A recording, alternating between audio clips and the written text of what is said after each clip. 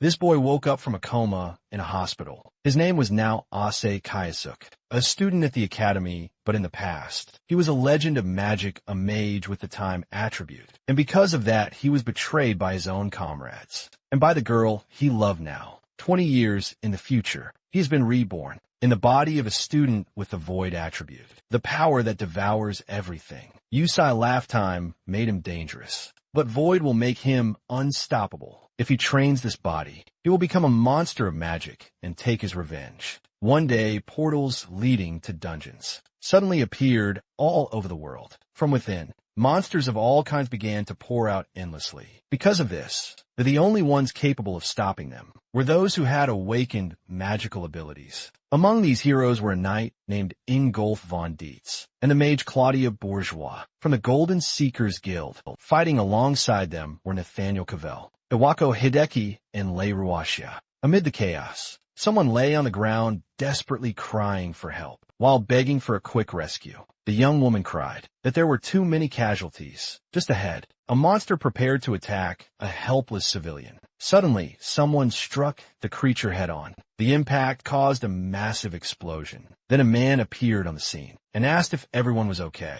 Introducing himself as Misato Kayuchira, he declared he would handle the situation from now on. He then turned to face the horde of monsters, concentrating energy in his hand with a focused gaze. He prepared to strike moments later. He unleashed a series of attacks that wiped out all the creatures before him. Seeing this, the swordsman remarked that he was incredible for facing so many monsters alone. Then the cultivator explained that with his time magic, he could see the future and predict the monster's movements. She then concluded that the man was no longer human. Meanwhile, more creatures continued to emerge from the portal in the middle of the city. After defeating the entire horde, the mage turned to a final monster near the portal and said, "All right." He finished it off by slitting its throat and wondered if that was the last one. Then he declared that with this, he could protect people's peace. Immediately, he announced aloud that he was going to seal the portal. However, he was caught off guard by a magic attack that struck him from behind,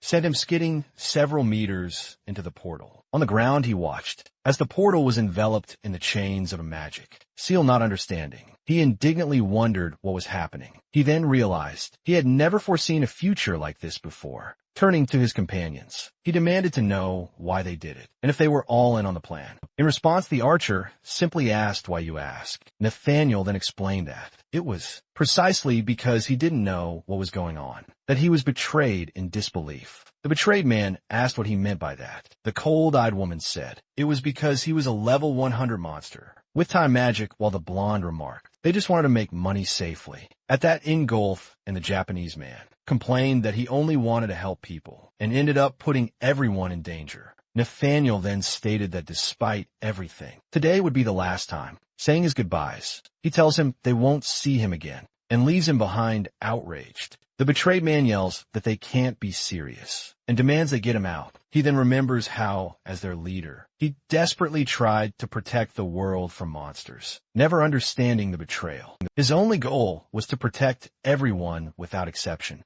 With this in mind, he punches the barrier and wonders why this is happening. Just behind him, the dungeon's creatures begin to close in. With no time to waste, the mage leaps and attacks the giant serpent, charging at him suddenly. He notices something unexpected before him. An endless horde of monsters awaited. Using his future sight, he believes he can escape. However, his vision of the future shatters, showing only his tragic end in the monster's claws. With a bitter smile, he understands that future no longer exists. Even so, he continues to fight bravely against the relentlessly advancing creatures. Gathering his last ounce of strength, he concentrates all his remaining energy into his fist. He then throws himself into the middle of the horde, unleashing one last powerful attack. Moments latte. He falls to his knees, completely wounded and exhausted, his body covered in blood. He realizes he couldn't change the future. Facing the approaching monsters, he understands there seems to be no other choice. He then wonders if he should just accept his death. There, however, a new resolve takes hold of his mind, vowing not to die like this. He declares he will reincarnate and become stronger. With that, he promises to reach the pinnacle of his strength, to get his revenge on all of them. All that rage and despair become the fuel for his determination. He then vows to endure until the right day comes, when he can avenge his regrets and settle the score with those who betrayed him. And so his body is consumed by an intense light as the monsters surround him. Amidst the explosion of energy, he lets out a final cry of agony. When the light faded, he opened his eyes in a new place. As soon as he awoke, he sat up on the edge of a bed. He then stood up and looked at himself in the mirror. Noticing his new appearance, a smile confirmed that the reincarnation had worked. Looking around the hospital room, at the unfamiliar machines, he wondered how many years had passed. He then feared that if 100 years had passed, he wouldn't be able to get revenge on his former companions. As he turned, something on a piece of furniture caught his eye. It was the student ID of the body's owner, revealing that only 20 years had gone by. Suddenly, a detail on the ID card surprised him. The ID showed that the boy's name was Ase Kayasuk, and his attribute was void. At this, a satisfied smile spread across his face. Then he began to laugh, unable to contain himself. He remembered that in his past life, despite being feared for his time attribute, he had realized he'd reached a limit to his strength. Not even his clairvoyance could see the true depth of the void. Attribute's power with that in mind. He said he felt sorry for the boy. Only he knew that the void attribute was the strongest, a power no one in his previous life possessed. Since it was a rare attribute, no one knew how to train it, which is why the boy was still at level 1. He figured the boy was often mocked for having a power, considered a no attribute. He then promised the boy not to worry, as he would make his name known throughout the world as the strongest adventurer. Thanks to his old clairvoyant skill, he knew exactly how to train the void attribute. With this new power, he declared, he would become the strongest of all. Furthermore, he swore he would make those traitors regret betraying him and causing his death to get revenge on them. He understands he first needs to level up. With that in mind, he lies back down on the bed to begin. The void attribute, as the name suggests, is related to the magic of controlling nothingness. Its essence lies in the ability to freely project imagination into reality. After all, while everyone can imagine things, making them real is the hard part. Luckily, he notices his body is badly injured, providing the perfect opportunity to apply the healing image he has in mind. Focusing, he begins to visualize the process. He pictures every cell in his body being restored by magic slowly. The energy begins to heal the wounds on his arm. With a smile, he confirms the technique worked. However, he notes that since it's a rudimentary spell, the recovery speed isn't great, and his internal organs aren't healed. He knows that by using the ability repeatedly, his level will increase, and his power to turn imagination into reality will also improve this way. The range of images he can bring to life will continue to expand with this. He'll be able to create and use many different types of magic until he reaches a point where the image in his mind can be fully realized, exactly as it is in reality. A faint smile appears on his face as he prepares himself suddenly. A doctor enters the room and exclaims that he's finally awake. The doctor then warns him not to move yet, explaining that he was severely injured in a monster attack. Lying there, he finally understands that this is what happened to the boy's body. The doctor remarks that for him to wake up under these circumstances, it's as if the saintess granted him a miracle. Kayasuk then asks what the doctor means by saintess. The doctor then asks if he really doesn't know what he's talking about. The doctor then shouts about the saintess of the pentagram saints, but the boy admits to himself that he doesn't know them. Either the doctor agrees, saying it's natural for him to be confused, since he just regained consciousness. Next, the doctor informs him he'll do a full examination and asks him to wait while he prepares everything alone. He wonders if the saintess and the pentagram saints are clans or adventurers that emerged in the last 20 years. Although leveling up is a must, he knows he first needs to get up to speed on current events. With this in mind, he grabs the remote to turn on the television. That day's special report is about the SSS-class dungeon disaster from 20 years ago, which he finds perfect for learning about the incident. Where he was betrayed, the news report then reveals that the one responsible for the incident was the leader of the Golden Seekers, a level 100 user of the time attribute, named Misato Kayuchira. Unable to believe what he's hearing, Kayasuk screams in complete shock. He then wonders what the hell it means. that he was named the culprit. The report continues, explaining that the other members of the Golden Seekers stopped him from using the chaos to take over the world. Thus, these great heroes, now known as the Pentagram Saints, defeated Masato and successfully sealed the dungeon. The host concludes that to this day, the Pentagram Saints continue to lead the world in various fields. Next, the news announces they have invited experts to discuss the matter. Faced with this farce, the reincarnated man can't hold back and begins to laugh bitterly. He then realizes they didn't just betray him.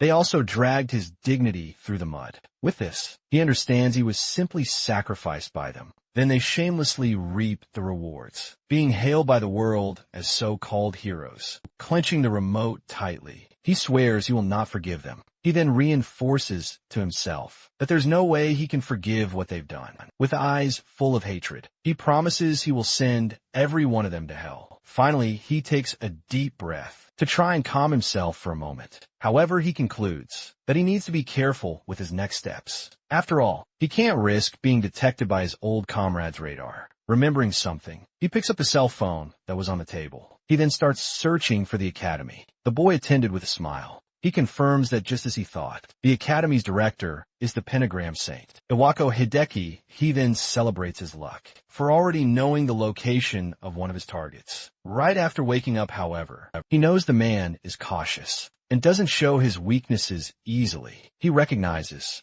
that the level difference between them is too great, making it impossible to defeat him now. With that, he throws himself back on the bed, frustrated with the situation. He concludes he can't do anything at level 1, and that for now, he'll try to level up while looking for him. Clenching his fist, he declares that Iwako just has to wait, as he'll be the first target. A few weeks pass, now recovered. He stretches and confirms that he can move without any issues. The doctor, in disbelief, says he can't believe he recovered so completely in such a short time, as the doctor wonders if it was a blessing from the Saintess. Kayasuk interrupts him and says it was nothing like that. He then states, with conviction, that it was all thanks to his own power. He then thanks the doctor for taking care of him, who in turn tells him to take care. Outside, he looks at the city and states that he's finished with his preparations. With that, he notes that his current level should be enough. For now, with a confident smile, he decides it's time to warm up by heading to a dungeon. Previously, a doctor told Kayasuk that the former owner of his body lost his entire family in an accident. Afterward, he walks alone through the city. He then admits he feels a little bad for the Kioski, who was here before still. He concludes this is a good thing,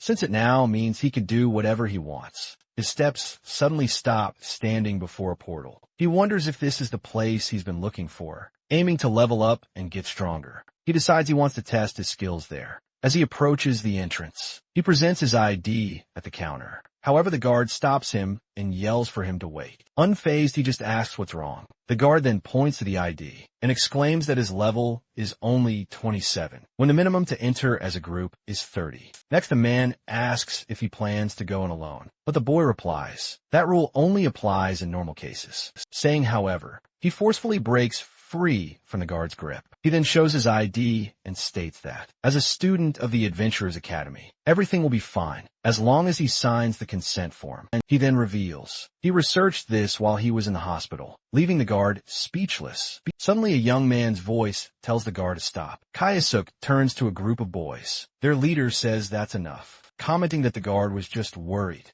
and that a rookie like him should know his place. Kayasuk just watches the trio in silence. Ignoring the taunt, he turns back to the guard and asks if he just needs to sign the form. While the man desperately tries to stop him, he starts signing the document. After finishing, he turns and asks if there's any other problem. Before entering the portal, he thanks the guard for his concern as the man watches him leave. Right after, the clerk turns to the group and asks them to please follow the boy. He explains that letting him go alone is suicide, but the group's leader shows no interest. One of the guys asks why they would do that, but the one with purple hair says this could actually be a good thing. He continues, hinting at what they could do if no one was watching. With a smile, the guy concludes that if something happened to Kiyoshi, it wouldn't be a problem at all. With that, the trio runs toward the portal, yelling that the tough guy wannabe needs another 100 years of training, thinking they were going to help. The guard thanked them and said he was counting on them. Inside the portal, the trio moved through the dark dungeon corridor.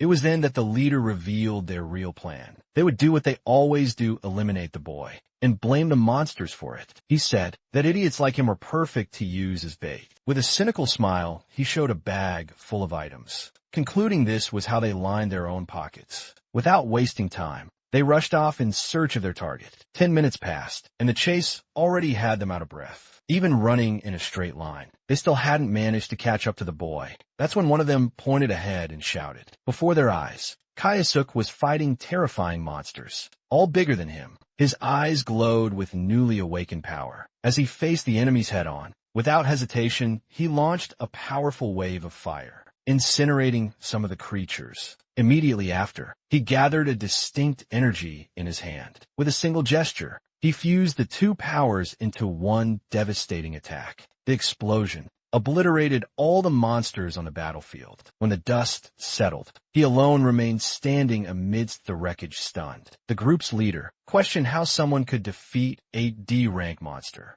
alone, but before he could get an answer, the red-haired guy pointed to something on the ground. It was a rare item, and he already calculated that selling it would guarantee a comfortable life for 6 months. One of his accomplices commented that the kid hadn't even noticed its value. Yet for them, the plan was clear once they eliminated Kayasuk. The item would be theirs without hesitation. The three of them charged in to attack. The two subordinates rushed forward, while the leader watched at the right moment. He yelled for them to finish the boy right then and there, but Kayasuk just muttered, as if disapproving of the situation. He raised his eyes and asked if they really thought they were being clever, easily dodging their blows. He reflected that no matter the era, there would always be worms, trying to steal what belongs to others. Shocked, the two asked how he could dodge without even looking. The leader roared that it was pure luck and furious, launched a blast of fire from behind. He ordered him to just die already coldly.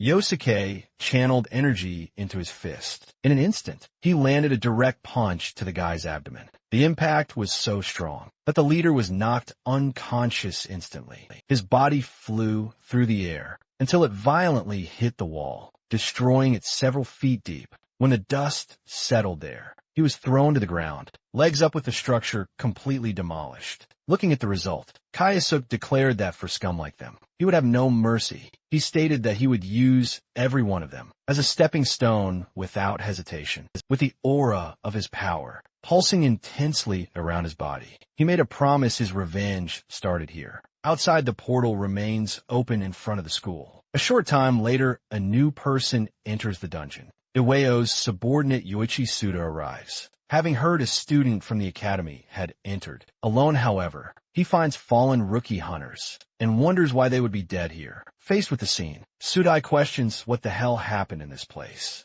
Later that night, the scene shifts to an apartment. In his room, Kayasuk reflects on how he leveled up and tested his magic in the rank D dungeon. Then he looks at his ID and reveals his new spell is called Information Obscurity. He explains that it not only lets him fake his level, but also erase entry logs, concluding that it's extremely useful. Lying in his bed, he remarks that tomorrow is his first day at the academy. When he notices something on his phone, he sees unread messages from a day ago, demanding money and calling him attributes. Reading the taunts, he understands the situation and scoffs at what he sees. The next morning, several students arrive in the academy's courtyard. As he walks, he hears a voice calling him from behind. His classmate, Asahi Karen, says good morning and asks if he's feeling better. He thanks her for her concern and says he's fine now. As the girl says, she was very worried. Kioski notes that the previous owner of this body had people who cared about him. Soon a voice interrupts them, mocking the attributeless kid who barely escaped death. The group's leader approaches and says that, for protecting a weak level 1, he should get something in return.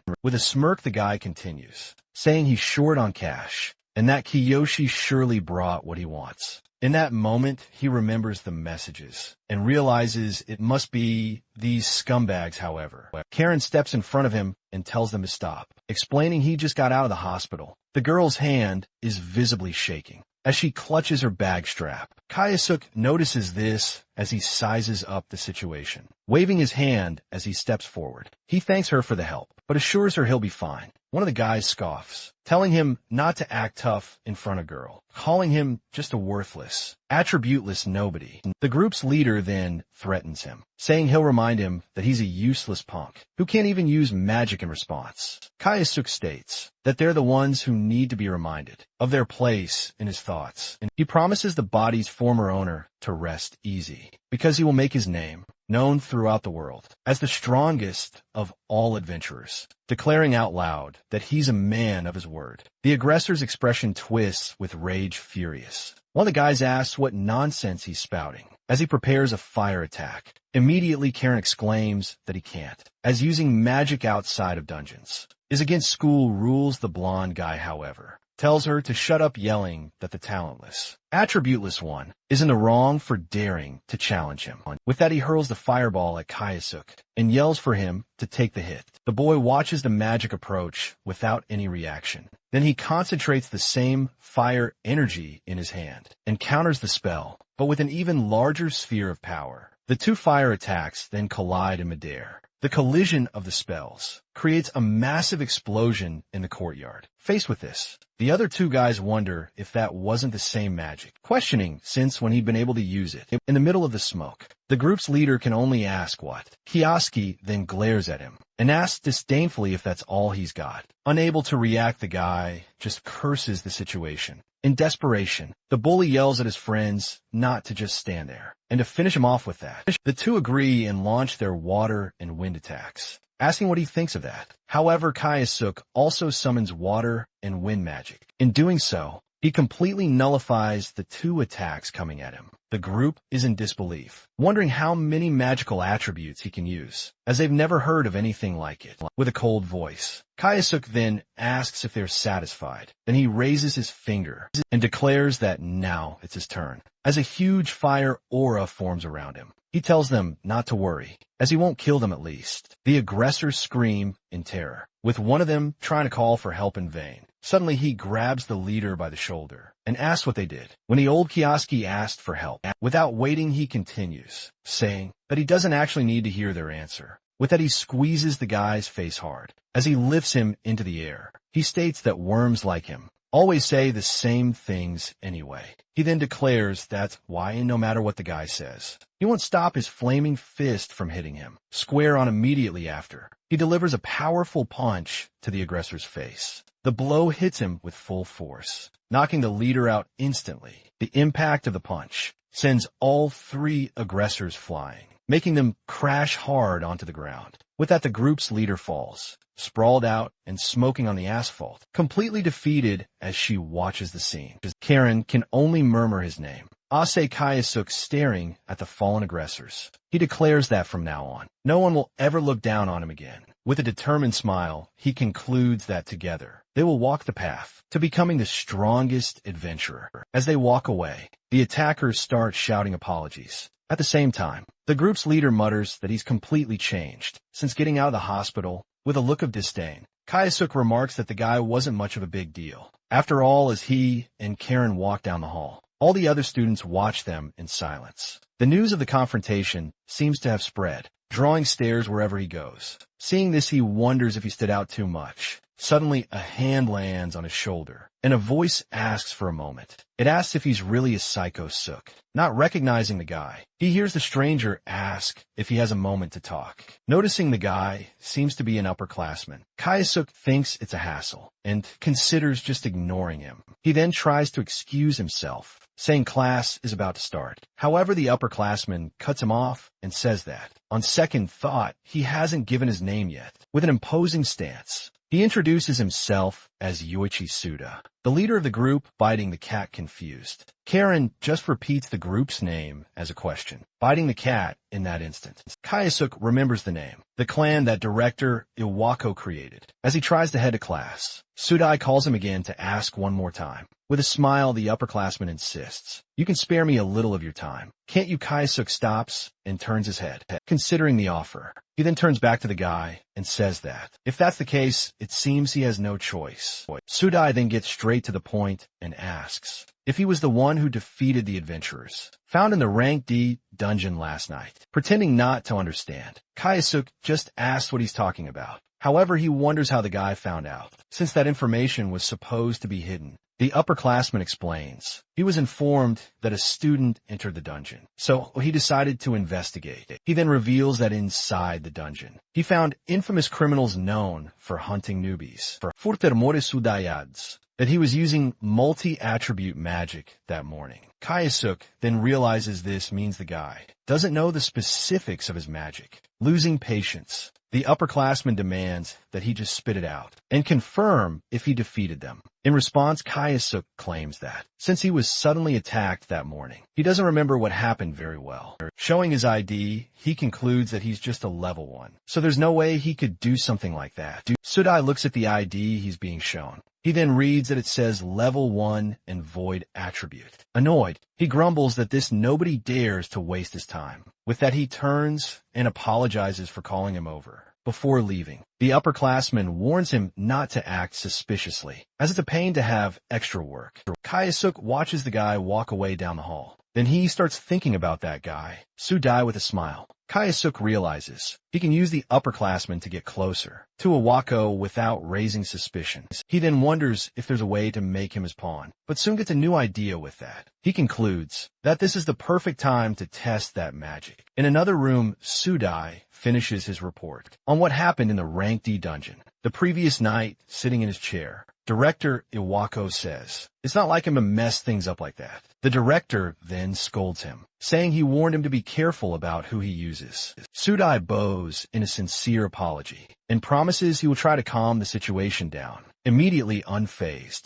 Iwako simply replies with a naturally. The director then warns him that, if it's discovered he's involved in hunting newbies, he'll be criticized as well. Suddenly, Iwako grabs him forcefully by the chin. He then threatens him, saying not to forget that if anything goes wrong, even he can be discarded in the blink of an eye. To this, Suda replies that he understands the director's message. In his thoughts, he curses the situation, wondering why he has to deal with this, and that if he'd known how it would be, he would have extorted much more money from those bastards to silence them, revealing he's the mastermind behind it. Returning to the matter at hand, the director says that having said that, there's one thing he still doesn't understand. Not understanding, Sudai asks what that would be. The director then explains that, according to the report, the student in question is at least a third year. However, he shows that there's no record of any third-year student entering a dungeon. Last night with that, he puts the device aside and begins his conclusion. He concludes that the guys must have been defeated by a monster while hunting newbies, and that Sudai is lying to cover it up. To him, that's a more realistic conclusion than thinking one of his own students defeated the newbie hunters, alone with nothing to say. Sudai just asks if that's really it. Indeed, the director confirms. He then concludes, unless something extremely unusual happened. The word unusual reminds Suda of Kayasuk's ID, with a void attribute at this. He turns to Iwako and asks if it's possible that a unique attribute was involved in the case. The director considers the idea and replies that a unique attribute is, indeed, a plausible possibility. A smile forms on Sudai's face, right after he offers to handle the matter personally. For the director, with a new plan in mind, he promises he will quickly resolve this problem. Inside a dark corridor, torches flicker with the approaching commotion. There, a group of students cast coordinated spells against an unknown threat. One of the students then screams that the monster broke through their defense and came towards them with that. The creature charges furiously, forcing everyone to scatter to survive in the midst of the chaos. Sudai conjures a spell to contain the attack, while scolding the class not to break the battle formation under any circumstances. The creature then collapses to the ground as he declares that he has cleared all the monsters in the area. Immediately, the other students comment on how amazing he is for being chosen by Director Iwako. His followers congratulate him with a salute, praising the good work he did. As soon as he's done, he announces he'll leave the rest to them and prepares to leave alone. He reveals that it's now time to do what he really came here to do. He then pulls out a chained artifact and identifies it only as chains. He soon activates the item and commands it to immediately reveal the location of Ase Kayasuk. Suda then concludes, just as he imagined, that the target is far from the other students, even without knowing what the other plans. He considers the current situation better for himself. This way, no one would think Kayasuk's death was anything more than an unfortunate accident.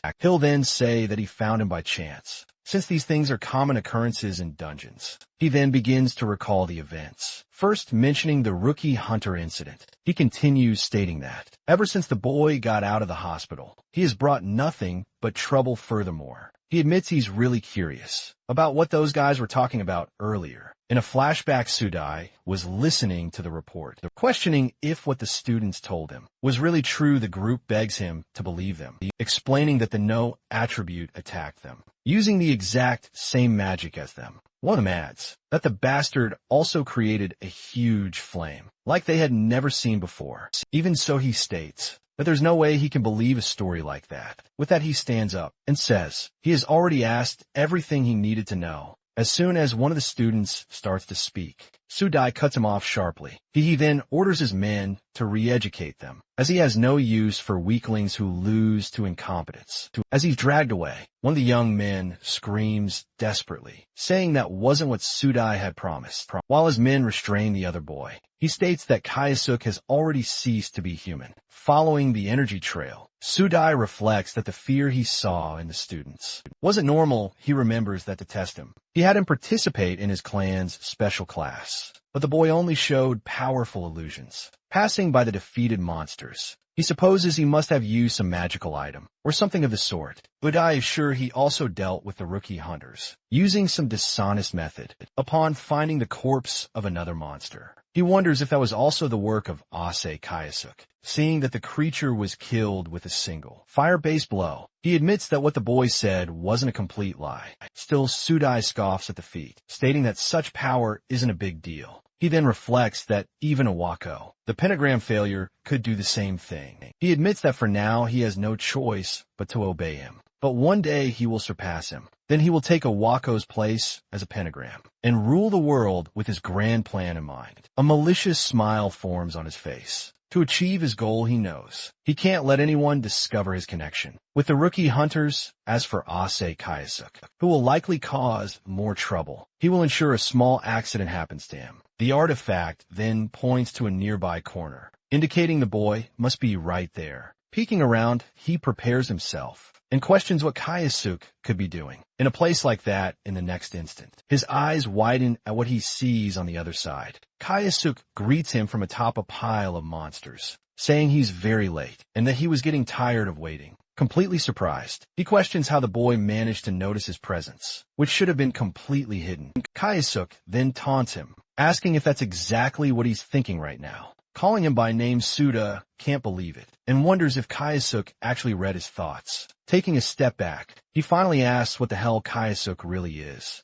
The boy replies that he heard a Wako chose him, but that he's not as impressive as he imagined. He then adds that the way he hunts rookies to extort money is exactly how the coward Wako would do it. Completely exposed, Sudai demands to know how he has this information. Kayasuk then stands up and says it seems he really enjoys tormenting others. However, he states that Sudai has never understood what it's like to be the hunted. With that, he raises his fist and declares he will teach him that feeling. Right now, to finish, he reveals that with his magic, he will make the other dance for him. Sudai faces Kayasuk, who has his hands in his pockets, stating that he is too dangerous. And as he activates the flames on his sword, he says that for the sake of his ambition, he will have to defeat him at any cost. He then charges forward, but Kayasuk easily dodges the strike. With a flame in his hand, the challenger taunts him, asking if that is his true strength. He then launches a wave of fire towards his opponent. Sudai blocks the attack with his sword, questioning if Kiyoshi thinks he can win with that level of skill, but it was just a distraction.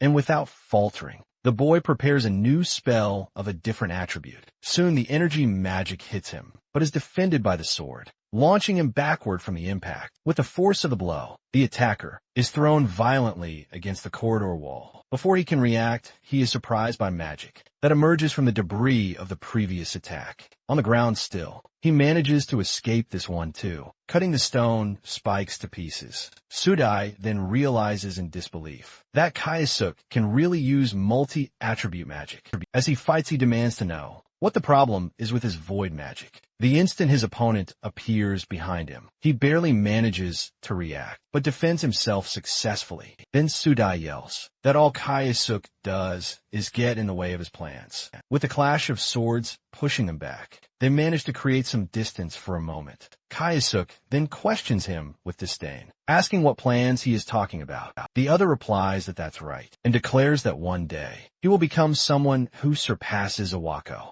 Then he will take his place and become a pentagram saint. Kaisuk then asks why Iwako specifically, since there are other pentagram saints. The smile. Sudai begins to explain the reason for his plans. That it's because Iwako is a failure, who abandoned the pentagram in the past. He explains that if he manages to become a saint, it will give him the right to rule the world. So it makes sense to target the weakest of them all. Kaisuk closes his eyes for a moment, showing a version Suda calls him despicable, before asking what that was about. The young man then admits he was worried. The other might have gotten to Iwako first, however. He adds that if his ambition was so pathetic, there was no reason to worry. Those words leave Suda completely speechless. With a roar of fury, he tells Kaisuk to shut up and lunges for a new attack. As their swords cross, he questions what's wrong with wanting power, money, and women. He continues, stating that he wants the power to step on others, without anyone being able to say anything about it. With their blades locked, he screams that this is the power he truly desires. He explains that if he can become a pentagram saint, he can do whatever he wants. Once he obtains that position,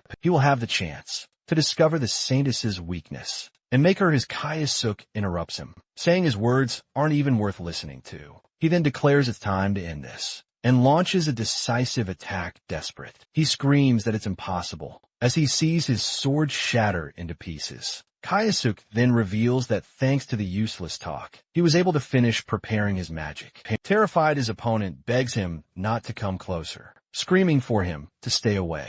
Even so, Kaisuk ignores the plea and says it's now time to see him dance. He then casts his spell Absolute Hypnosis on his opponent under the spell's effect. Sudai's eyes lose focus and become completely empty. In an instant, he collapses to the ground unconscious still. Kaisuk reflects that this magic requires effort to break the target's spirit, but once activated the result is certain. He then orders the other to get up immediately. As if he were a puppet, the boy begins to rise from the ground on command. In a hollow voice, he replies, "Yes, sir," and that he has already gotten up. Kaisuk then smiles, confirming his spell was a complete success. He then instructs the manipulated one to focus on completing the mission, for now, as he will give new orders later. As he tries to respond in a slurred manner, Kaisuk tells him to go back to using his normal tone of voice. Immediately, his eyes blink and return to their usual appearance. With his personality restored, he turns and says he will return to lead the group.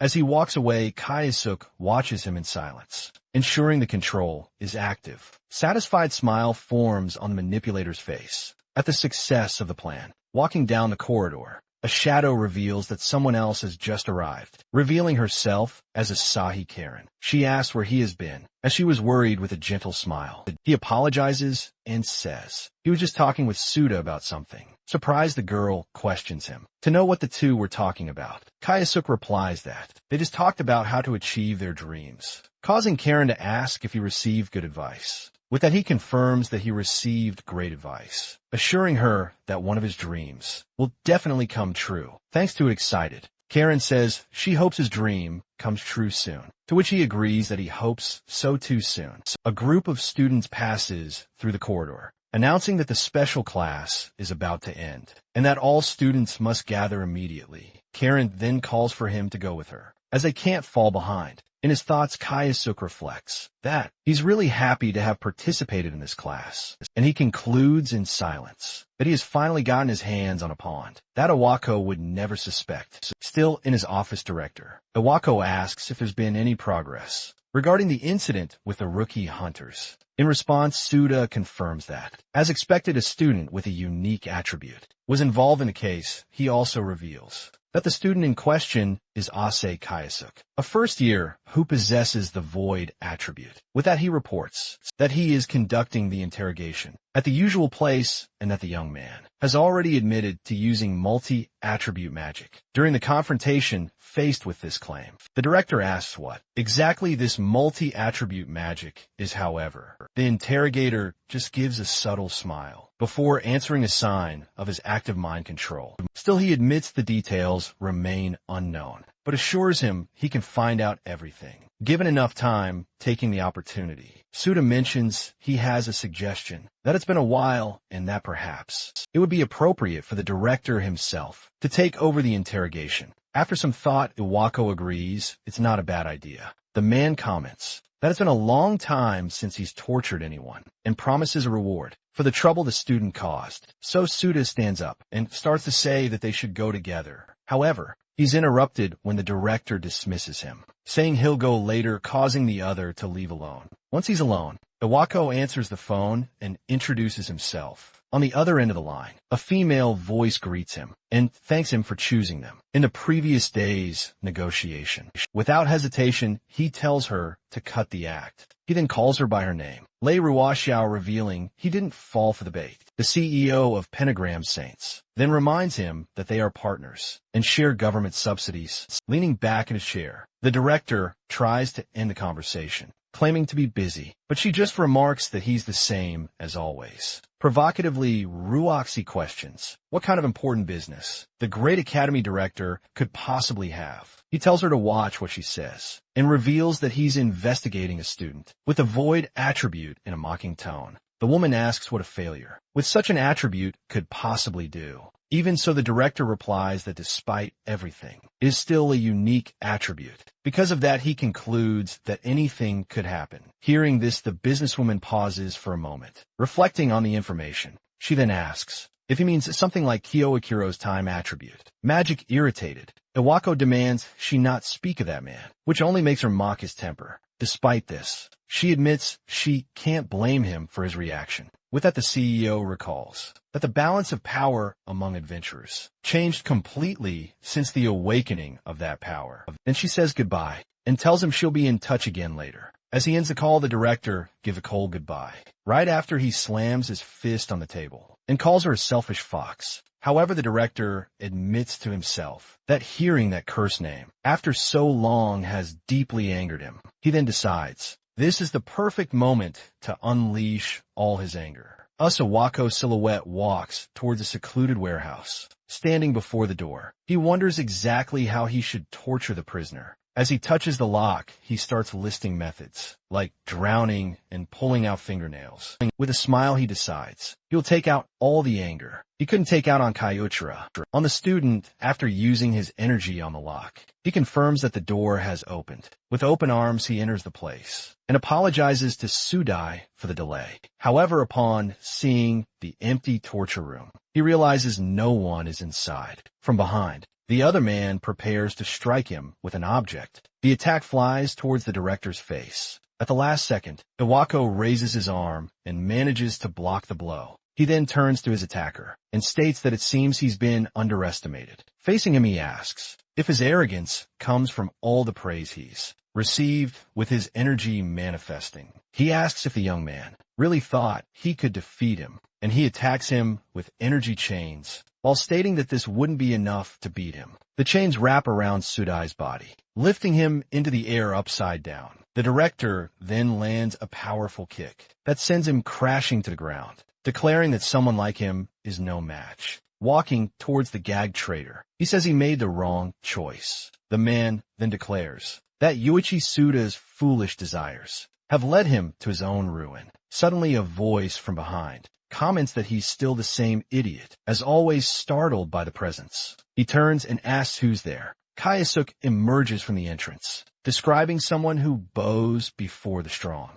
and exploits the weak, and he adds that it seems he's still as greedy and foolish as ever. Furious, Iwako yells, questioning how he dares to speak to the academy director. like that ignoring the threat. The young man just continues his speech, that this someone has ruined himself, with foolish desires to finish. He states that this sounds like a perfect self-introduction for Iwako. Hideki, the director, not recognizing him. The man demands to know who this bastard is, and asks for his student number, to expel him immediately with a smile. Kayasuk just tells him to calm down, and he finishes by saying he's finally reached this point, and suggests they should now have a talk, just the two of them furious. The director accuses him of mocking him. While preparing a spell from the ground, small stones levitate, pulled by the sheer intensity of his power. With this, Iwako vows to show him the vast difference in strength between them. The man then invokes an advanced earth attribute spell, a giant hand under his control. As this structure of stone and earth rushes forward like a punch, he declares that no student could possibly dodge the attack.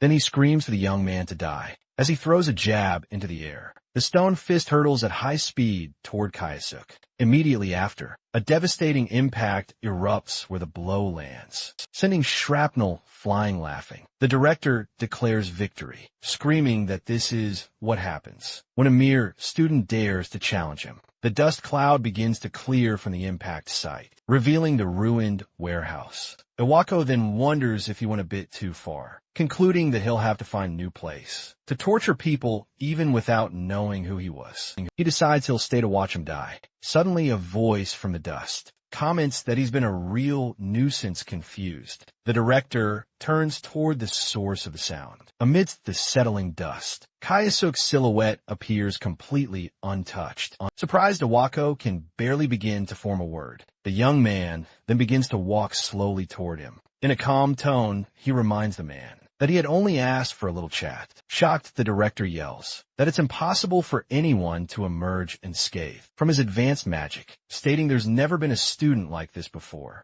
Pointing, he demands to know who the hell he is, ordering him to state his name with a smirk. Kayasuk simply repeats the question about his identity. Then he asks if the other man doesn't truly know him. Already, Iwako replies that he doesn't know any bastard like him, and demands he stop playing games and reveal his name. The young man then says he's deeply hurt by those words, as the image of the old Kyoikiro connects the dots. In the director's mind, the young man asks if he's truly forgotten. Upon recognizing him, the man's expression changes completely, and he stammers that it can't be true. Completely terrified, he backs away. Screaming in denial, he clutches his head, certain that this young man is definitely who he thinks he is. He stares at him, still in disbelief, and calls him a bastard. He then orders him to stop the pathetic act, accusing him of having seen the news report about the story with clenched teeth. He prepares another energy attack and declares that the man, Misato Kyoikiro, is already dead. With a sigh, Kayasuk states that he's always been this way. The young man continues saying, the other only believes what's convenient and ignores what isn't annoyed. Iwako tells him to stop talking nonsense and threatens to attack if he gets any closer. With a slight smile, he simply comments that he understands the situation. As energy forms in his hand, he says the director let himself be swayed by the sweet words of those around him. Finally, he questions if that was the reason for the betrayal. Against him, completely out of control, the man screams for the boy to shut up and launches the energy blast. However, his opponent uses the magic he had charged to defend against the attack. Completely stunned, Iwako realizes that spell. It's the same one Kyoikiro used in the past, with that the force of the impact explodes violently, where it was deflected as he stumbles back. He claims there's no way that's possible. He then recalls that he was sure they had sealed him in the dungeon. In response, Kayasuk approaches and says that he was indeed imprisoned. The young man continues, revealing he was also thrown into the depths of despair. Unable to believe it, the director asks if he really is Misato Kyoikiro. Kayasuk simply replies that it took him long enough to realize with a smile. He says it's been a while, and that he's glad to be remembered. Still on his knees, Director Iwako asks once more if the young man is really Kayasuk. But then he suddenly stands up. He yells not to be taken for a fool, because that would mean he died and returned to this world immediately. He gathers energy in his hand for a new attack. Then he declares that ghosts should stay quiet. A powerful blast of energy is then launched at the young man. However, Kioski manages to dodge the blow. With a last-second jump, the energy grazes past him as he dodges in midair. He lands safely, however. A giant stone fist appears in the sky above, heading straight for him, but he dodges again. Seeing this, the director calls him an insolent brat. Still, he thinks he needs to gain the upper hand in the fight. He recalls that he may have been a non-combatant in his days as a golden seeker, something the other saints still mock him for. However, he clenches his fist and prepares himself. As rocks levitate around him, he shouts that it doesn't mean he's weak. The man then reveals this is the secret technique he spent 20 years creating. With that, he unleashes his powerful dual magic of wind and earth. He then yells at the young man to take his attack. Storm of rock and wind rushes forward at high speed. Soon, multiple stone projectiles strike the area around him. The attack finally explodes in a devastating impact. Panting, he asks what he thought of that, stating it's his strongest magic. The director then watches the cloud of dust that has risen. After a moment, he realizes Kayasuk isn't counterattacking. He then lets out a low laugh to himself. Then he celebrates, shouting that he finally did it. He boasts, claiming he has defeated that bastard Misato Kyoikiro. In a mocking tone, he says the time attribute is now a thing of the past. To finish, he asks how many years ago that was,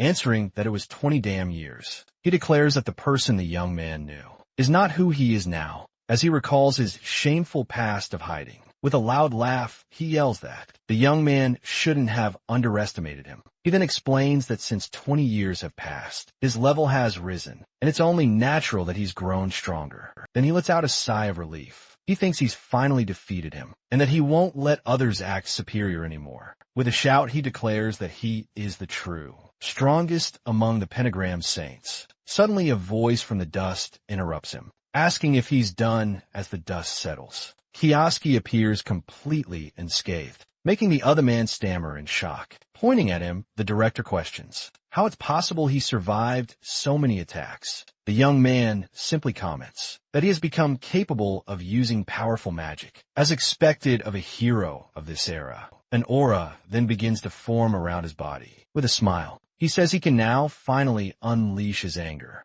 without holding back, completely terrified. Iwako realizes this man is a monster. Desperate, Iwako screams that he won't let him get in his way, again after working so hard to get where he is. The director then launches his giant stone hand attack. Once more, the rock fist lunges forward to crush Kayasuk. As the blow hits, he believes he's finally got him. From within the debris, the young man's calm voice can be heard. Then a torrent of water bursts from the structure, as he comments that the other is as noisy as ever. The liquid magic completely dissolves the earth attack, turning it into mud standing on the rubble. The young man asks if he really thinks that's enough to defeat him. Terrified, the man stammers, begging him not to come closer. He then desperately fires another energy blast, screaming for him to stay away. However, Kayasuk deflects the attack with a simple wave of his hand. The energy is redirected into a vortex. As a result, Iwako himself is caught in a counterattack, taking a direct hit. Kayasuk approaches the fallen enemy, his fist engulfed in flames. Watching the defeated man, completely defeated, the director begs for forgiveness. Lying on the ground, he apologizes for what happened 20 years ago. He keeps begging, but the young man remains silent. Despite his desperation, the man thinks that the other was always a kind fool. He believes he'll surely be forgiven if he just begs. However, Kayasuk tells him to shut up, stating that's exactly how he was tricked in the past. He then asks if he really thinks he'd let that happen a second time. Desperate, Iwako tries to appeal to their past, reminding him they used to be friends. In response, the young man states that he has no right to say those words, not after turning him into a demon of vengeance. Without hesitation, he lands a flaming punch right in the fallen man's face. He then unleashes a brutal sequence of blows, imbued with fire and ice magic. The impact sends the director flying backward, severely injured as he loses consciousness. All he can think is that he should have never messed with that man, before being completely engulfed by an explosion from the final blow that slams him against a tree. Standing before the frozen body, Kayasuk says he should be grateful he's still alive, as there's still something he needs to ask. Looking at the unconscious enemy, he asks if he can still hear him. Still dazed on the floor, Iwako wakes up, confused about where he is. Kayasuk greets him, saying he's finally awake. Immediately, the director scrambles back in a panic. He then begs for his life. The young man reassures him, stating he has no intention of killing him, however. He pauses before continuing. He then pressures him, saying he'll have to answer a few questions. With that, he prepares to ask the first one, showing the phone he found. He demands to know about a woman named Lei Ruashia. The man tries to snatch the phone back, yelling that the device is his. Kayasuk ignores him and points out that according to the call history, the woman contacted him that very day. He then sharply questions him about the content of their conversation. With no way out, the director reveals she's coming to Japan in 3 days, and that they discussed it. The young man smiles upon hearing this, saying he understands he recalls the past, leaving an unfinished thought about what he'll do to her within that time frame. He then states that he's already decided his next move. Handing back the phone, he instructs the other man to act normally around Laruxi. For now, however, he forbids him from revealing anything about his identity. He then reveals that he cast a spell on the director's heart while he was unconscious. So if he dares to tell the truth, an explosion of energy will hit him head on. The man reacts startled by the display of power. As he walks away, Kiyoshi reminds him to keep his promise. In truth, he reveals he didn't use any magic like that at all. But considering Iwako's cowardly personality, a simple bluff would be more than enough. He decides then not to use absolute hypnosis. He wants his enemy to suffer in despair, while remaining fully conscious. 3 days later, the scene shifts to the inside of an airplane. Inside, Lei Ruashi calmly gazes out the window. Soon one of her subordinates informs her they are about to arrive suddenly. The flight attendant begins to announce that the plane is about to land. Her speech is cut short by a scream, echoing through the cabin. A masked man appears, announcing that the plane is being hijacked. He then orders all passengers to get on the floor. Immediately, Lei stands up to confront the intruders. The terrorist threatens her, telling her not to disobey his orders, however. He's stunned by the speed with which she appears before him. She then strikes him with a blow, combined with a discharge of power. The target can barely react to the surprise attack. Quickly, the woman neutralizes both hijackers using her powers. The other passengers watch the scene, completely stunned. One of them then recognizes her as a member of the Pentagram's Saints, exclaiming that she saved them all. After landing, Lei and her team disembark onto the runway. As the criminals are detained, an airline representative approaches and profusely thanks Miss Lei. With a smile, she replies that she's glad she was on the plane, as it prevented the company's reputation from being tarnished. One of her men then points out that the hijacker's weapon was special, as it wasn't caught by the detector. Lei then comments that recently, many groups have been using equipment made from dungeon materials, and for that reason, she states she had to give her team equipment so they could defend themselves. She then suggests the airline should acquire defensive equipment, like the kind her team carries. The representative immediately agrees and bows, promising to arrange everything. As soon as he walks away, the woman makes a call and orders the hijackers to be released. Her subordinate comments that the plan went well, and she replies that it was quite amusing. Planting those hijackers help her close the deal she wanted. The man then points to the crowd, commenting that it was also great publicity. The crowd then chants Lei Ruashia's name, hailing her as a great hero. With a smile, she simply waves to her new fans.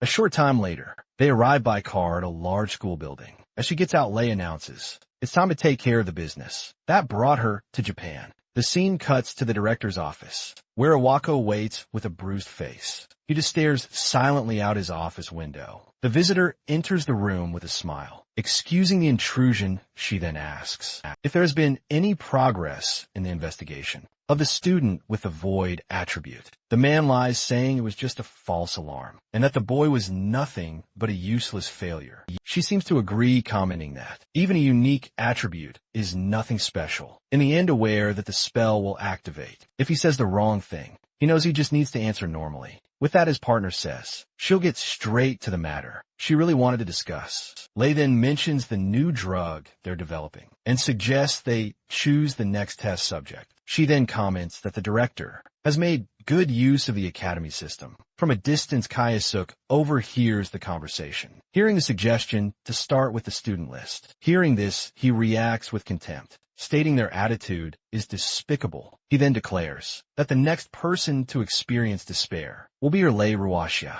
The TV news reports that Lei Ruaxia of the Pentagram Saints arrived in Japan yesterday. The reporter continues, saying she's being praised for handling the kidnappers. At that moment, Kayasuk recognizes her as one of the people who betrayed him 20 years ago. He remembers that she produces unique weapons with materials from dungeons and has made a fortune from it. However, from his conversation with Awako, the young man concludes that she's using the school for illegal purposes. With that, he prepares to leave the house. With a smile, he reflects that beneath her heroic facade, she takes advantage of others. Determined, he tells himself he can't let this situation continue. As he walks down the hall, he wonders about the best way to proceed. Seeing the news on his phone, he recalls that security at the academy was already tight when he arrived suddenly. Karen calls his name, interrupting his plan to investigate the situation. With a smile, the girl greets him and wishes him a good morning. As she gets closer, she notices the article about Lei, and he confirms he was just taking a look.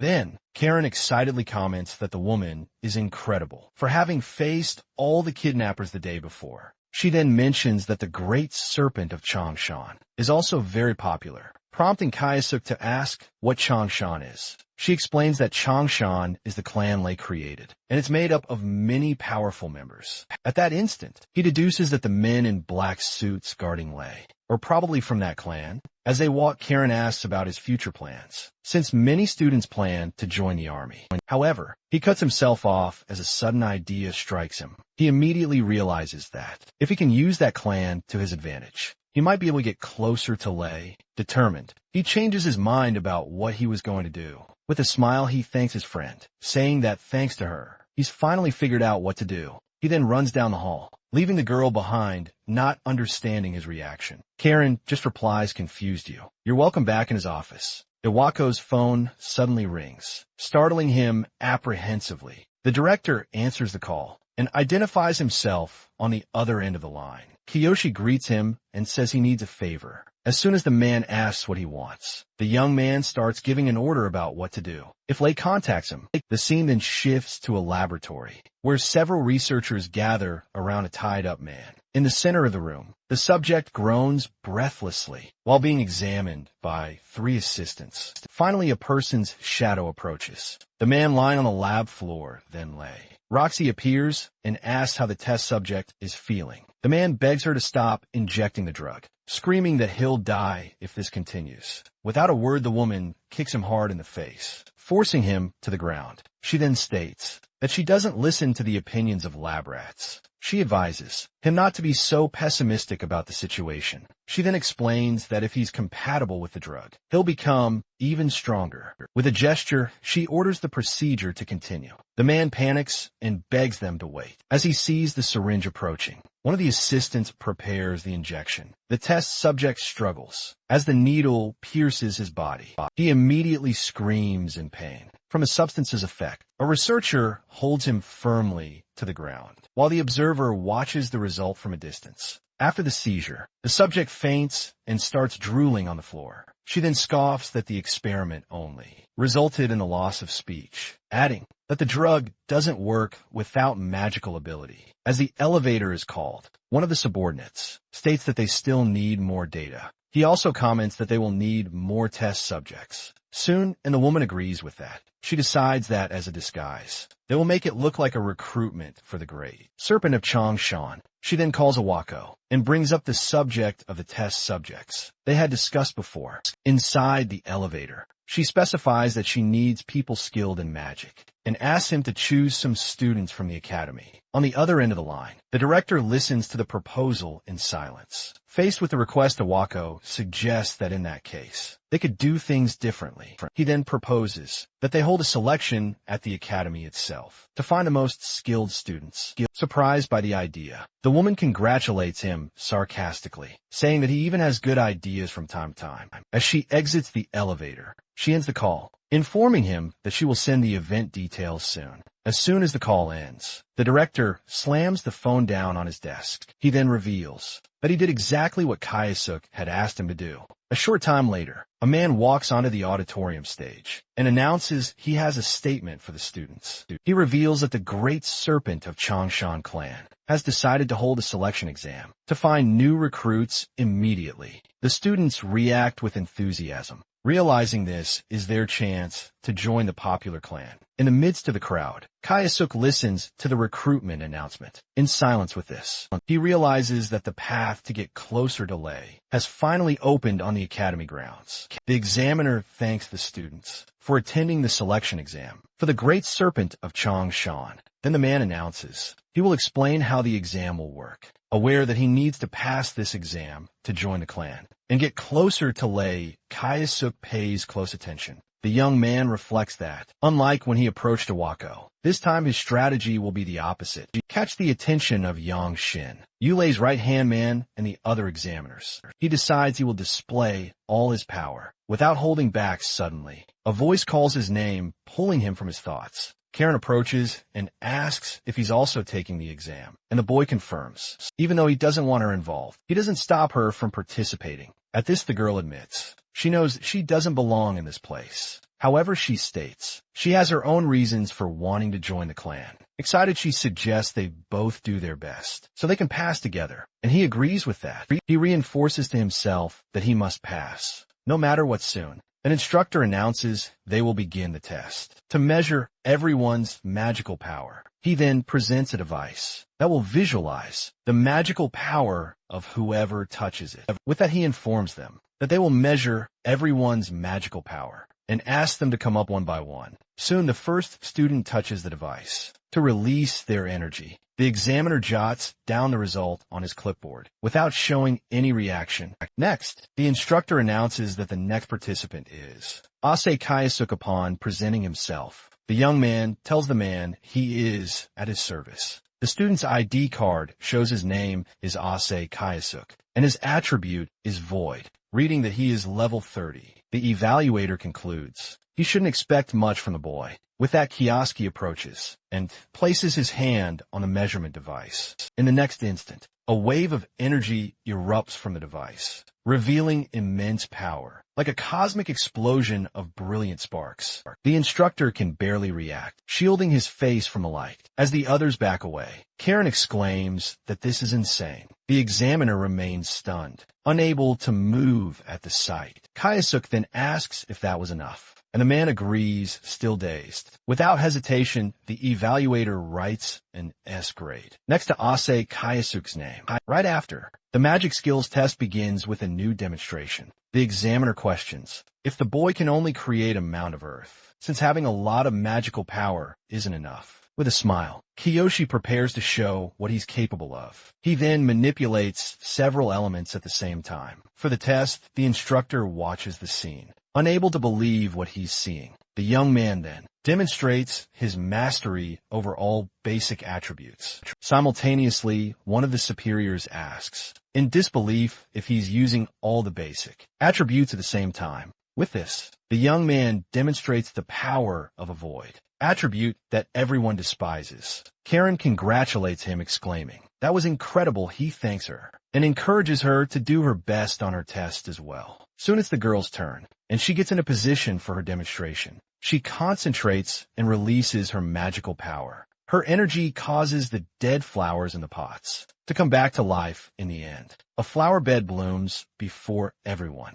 Some students mock her ability, questioning if reviving flowers is all she can do. Kayasuk, however, recognizes it as a light attribute magic, a very rare power. The young man concludes that although rare, her ability will be difficult to evaluate, but that it's better for her not to get involved in this. Then Karen walks away in silence, as one of the examiners watches her. Soon after, the man jots down on a card that Asahi Karen is worth testing as a guinea pig. Finally, the examiner announces they will conduct one-on-one duels. He then introduces the group of fighters, who will be the students' opponents. Seeing the students' surprise, The evaluator explains that the assessment won't be based on victory or defeat, but on how they fight. However, he believes that either way, there's no way a student can beat one of them. With a laugh, one of the opponents approaches and asks if Kayasuk is the student who caused the commotion during the exam. He continues, saying that although the boy got good results, he'll show him that it doesn't matter in a real fight. With a smile, Kayasuk replies yes, and that he hopes to learn a lot from him. At this, the opponent declares he'll end the fight in a single blow.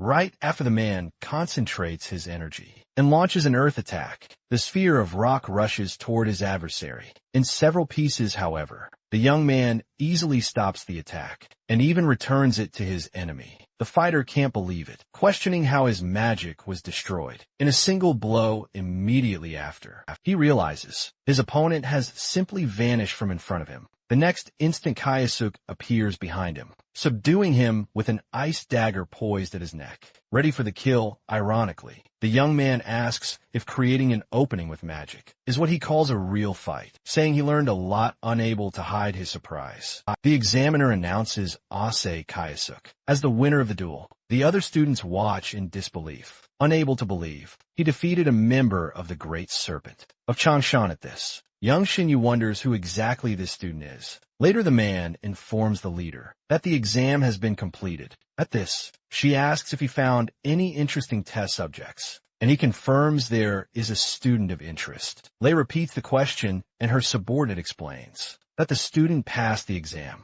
with an overwhelming performance. However, the man reveals that the student seems to have the void attribute. She then wonders if this could be the student Awako was investigating. Upon hearing the news, she begins to laugh quietly to herself. With a wicked smile, she declares that it seems she's about to get her hands on a very interesting test subject. Lei's subordinate steps onto the stage and announces he will reveal the names of those who passed the selection exam. With that, he prepares to read the first name on the list. The first successful candidate announced is Ase Kayasuk. One of the students scoffs that it was obvious he would pass, since the exam was ridiculous. Kayasuk then concludes that everything went according to plan, and he can now get closer to Lei. Next, the examiner announces the name of the next person to pass. Asahi Karen, the girl, answers yes, while the young man wonders why she was also selected. He hadn't imagined that having a unique attribute would be enough to pass the test. The young man deduces that the leader is using the students for some conspiracy, and that there must be a reason for choosing Karen. Unaware of any of this, she celebrates her success with a radiant smile. He watches her with a slight smile on his face. In any case, he decides he won't let them lay a single finger on her. He just needs to achieve his goal while protecting her. A few days later, the scene shifts to the Japanese branch of the Lei company. Inside, Lei Ruashi welcomes everyone who passed the exam. Yang Xianu explains that today they will conduct an aptitude check before officially integrating them into the Great Serpent of Changshan. He also reveals that the boss herself will be present shortly. With that, the man informs them she will meet them after the check and guides them through the premises. The new recruits observe the building's imposing architecture as they follow him. Kayasuk would like to go to her immediately, but he knows he can't leave Karen alone right now. At that moment, the girl comments that being in such a large building makes her nervous, and the young man agrees with her. However, she expresses her happiness at finally being able to join the Great Serpent of Changshan. He then questions her about why she wants to join the clan so badly. She reveals that her mother is in the hospital and that the medical expenses are very high. Upon hearing her explanation, he simply replies that he understands the situation. Kayasuk realizes her motive wasn't him, but her mother, and decides he needs to protect her even more. The guide then interrupts them, announcing they have arrived at their destination, in the building's basement. As they enter, they are confronted with a massive underground testing facility. He immediately deduces that this place must be the testing facility he suspected shortly after. Yang Xin gives the order for the door to be closed. As the door slams shut with a thud, the recruits react surprised by what has happened. Kayasuk realizes they have no intention of letting anyone escape, and that the situation is serious. With that, one of the students confronts the guide, questioning the meaning of this. Immediately, Yang Xinyu orders him to shut up. In a threatening tone, the other recruits back away, intimidated by the man's reaction. Calmly, the guide explains that, as he said before, they will now conduct the aptitude check. He then reveals that the test will be to check their compatibility with a new drug they are developing. In secret, Yang Xinyu explains that the substance, made with ingredients from dungeons, can drastically enhance physical abilities and magical power. A student questions if that wouldn't be a good thing, while the others seem confused. At that, Kiyoshi steps forward and asks if the new drug has any side effects. The man replies with a smile that it would be quicker to simply show them. On the monitor, a recording of a test subject begs them to wait, but his words are cut short. The new recruits watch in horror at the sight of the man drooling on the floor. Amid the screams, the guide explains that what they just saw was a person incompatible with the drug, asking if that answers the question. One of the recruits then yells, outraged, that they will never agree to take something like that. In response, 2 of the students launch their own fire and water attacks. With that, they demand to be led out of there immediately. Soon after, Kayasuk warns Karen not to leave his side unfazed. Yang Xinyu prepares his counterattack. He then unleashes a flurry of punches that strike both students. With the impact, both are completely defeated. Looking at the fallen bodies, the man laments that the number of samples has decreased. With a calm expression, he suggests they start with the woman nearby. He then remembers she is the student with the light attribute, saying he is looking forward to the experiments. Results with the syringe in hand. He begins to walk toward Karen, however. Kayasuk positions himself in front of the girl, blocking the way when asked what he's doing. The young man replies that he's keeping types like him away from her. At this, one of the other recruits orders his men to restrain him immediately. One of the henchmen advances to attack him, but Kayasuk takes him down with a single energy-charged blow. The leader of the henchmen reacts in shock, not understanding what just happened. With his eyes glowing and sparks of his power emanating, he prepares to attack the remaining men. In the blink of an eye, the young man lunges forward and takes them all down in a single rush. With that, he stops before the last enemy. Fall on the ground, Yang Xin, you can hardly believe it, questioning how he defeated so many people. With just one blow, Kayasuk then glares at him and warns that he's next cornered. Yang is clearly intimidated by the student's power. Desperate, the man realizes that since things have come to this, his only way out is to try and capture the woman, causing Karen to scream in terror at his advance. Kiyoshi grabs his hand and warns him, saying he already told him not to get near her. Yang pulls his arm back and retreats. He is outraged by the boy. A normal student shouldn't be capable of this. Then Kiyoshi, with a look of pure hatred, tells him to get ready. At this, Yang curses the situation. Kiyoshi then tells her to stay back, while Asahi thanks him for the protection. As she watches him, she thinks about how incredible he looks in that moment. She then realizes she couldn't follow any of the moves he had made before. Yang admits he knew the boy had gotten stronger, but he never imagined it would be to this extent. Even so, he warns him not to get too cocky about his own strength. Kayasuk then cuts him off, saying he needs to ask him a question. He then states that the academy's students are being used as guinea pigs. He demands to know the exact reason behind it. With a smirk, the man stares at him in silence for a moment. He replies that it's very simple, as those who follow Miss Lei can receive her blessings. He explains that once the drug's development is complete, he will obtain even greater strength. Kayasuk confronts him, asking if he believes that conducting in human experiments is acceptable for that reason. Finally, Yang states that they just use what's available, and that there's nothing more to be said. Furthermore, he declares that he considers it an honor for the students to serve as their guinea pigs. Memory of Asahi flashes through Kayasuk's mind. He remembers her talking about her mother in the hospital and the high medical bills. He also remembers her saying how happy she was to join the great serpent of Changshan. Back in the present, he clenches his fists at the memory, filled with rage. Yang then points to the girl to begin a speech, but Kayasuk cuts him off, screaming for him to shut up. In that instant, his aura begins to glow like it did during the evaluation, forcing the other man to cover his eyes. Kayasuk then asks who he thinks he is, calling him scum for trampling on others, without understanding Asahi's feelings. Watching him, the girl just calls out his name in a quiet voice. At this, Yang wonders what this incredible pressure is, and if he's really just a student. Right after he gives a smirk, the man comments that he would normally tell him to know his place, but he doesn't dislike the courage he's shown. With that, he invites him to also serve under Miss Lay's command. He adds that if he handed over the girl, he could even become an executive, as Miss Lay would be very pleased. Kayasuk tells him to shut up again, stating that he could never forgive people like him. While adjusting his tie, Yang warns him that he'll regret this. Immediately after, an aura of energy explodes from his body, kicking up shards from the floor around him. His eyes glow an intense yellow with the released power. Observing the scene, Kayasuk identifies the technique as body strengthening Mage Yang Chun firms, explaining that combined with his martial arts,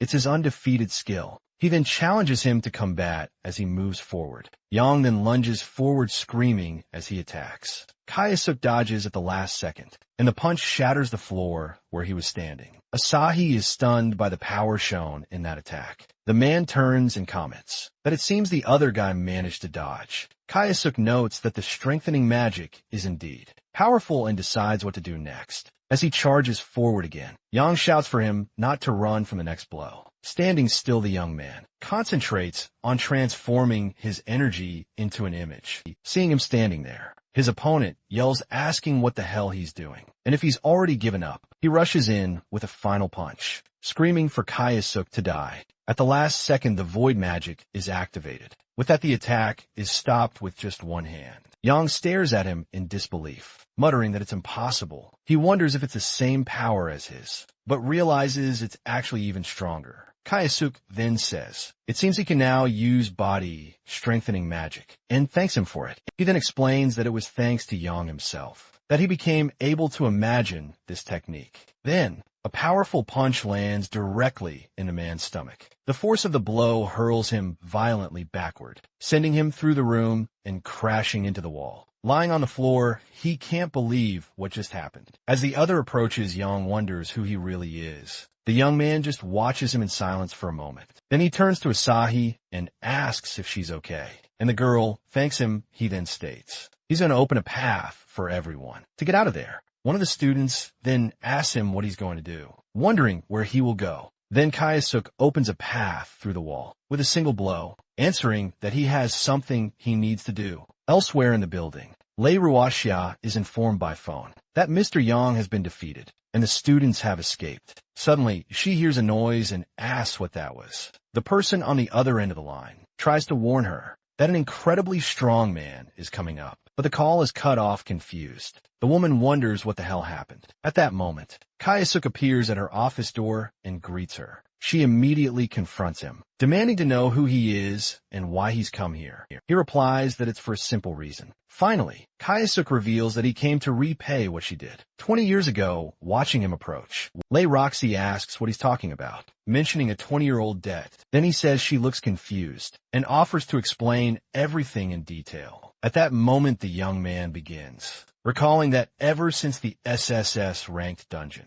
the Pentagram Saints have been hailed as heroes. Right after he states that on that day, a certain man's conspiracy was thwarted. She cuts him off, asking what a student like him is talking about, and if he's trying to give her a history lesson. Still, the young man continues saying that now the Pentagram Saints are leaders in every field, praised as heroes who defeated evil. The woman then tries to question what exactly he's insinuating. However, he interrupts her, stating that even so, that is far from a truth. Surprised, she asks what he said, as she notices the young man's aura has suddenly changed. Without hesitation, he accuses her of using her own comrades as sacrifices to reap the rewards and build her legacy. He then declares that even now, she tramples on the will of those who once stood by her side, and asks if he's wrong at this. She lets out a mocking laugh. Leroxy comments that she was wondering what he was talking about, and asks if he believes in those conspiracy theories. He replies that it's not just a conspiracy, and that he knows exactly what she did. Finally, the young man states that she pushed her own comrades into the gate.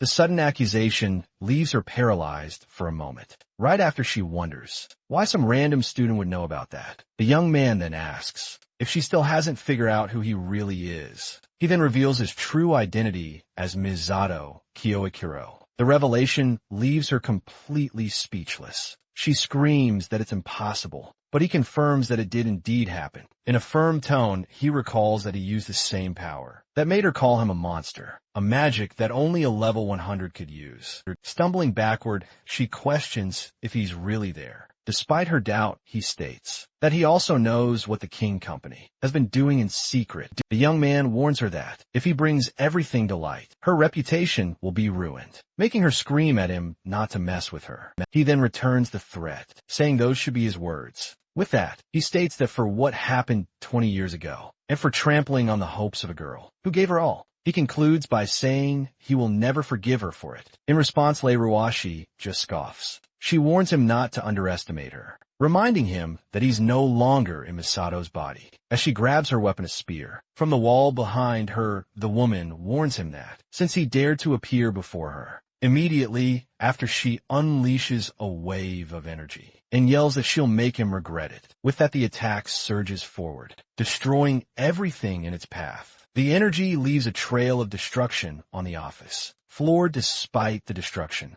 the young man remains standing unscathed. With a laugh, she asks what he thought and reveals that this is the power of the weapon, developed by the King Company. She then explains that the weapon is forged with dungeon materials, far stronger than any metal. As she leaps to attack, she yells that she'll show him just how sharp the weapon really is. Soon a series of rapid strikes is launched, but Kayasuk manages to dodge them all with a grunt. The woman comments that it seems dodging is the only thing he's good at. Suddenly she hesitates, realizing something is wrong with that. She wonders why her attacks aren't hitting him. After observing her movements, the young man simply says he understands. He then states that she's been too busy playing Corporate Queen, and that her moves have gotten sloppy. With a smile, he declares that she's no better than a Wako now, leaving her speechless, furious. Lei Roxy yells at him to stop his nonsense, and prepares a new attack. With that, she continues her charge, and seems to have landed a direct hit this time. She then thinks that she got him, that she finally hit him suddenly.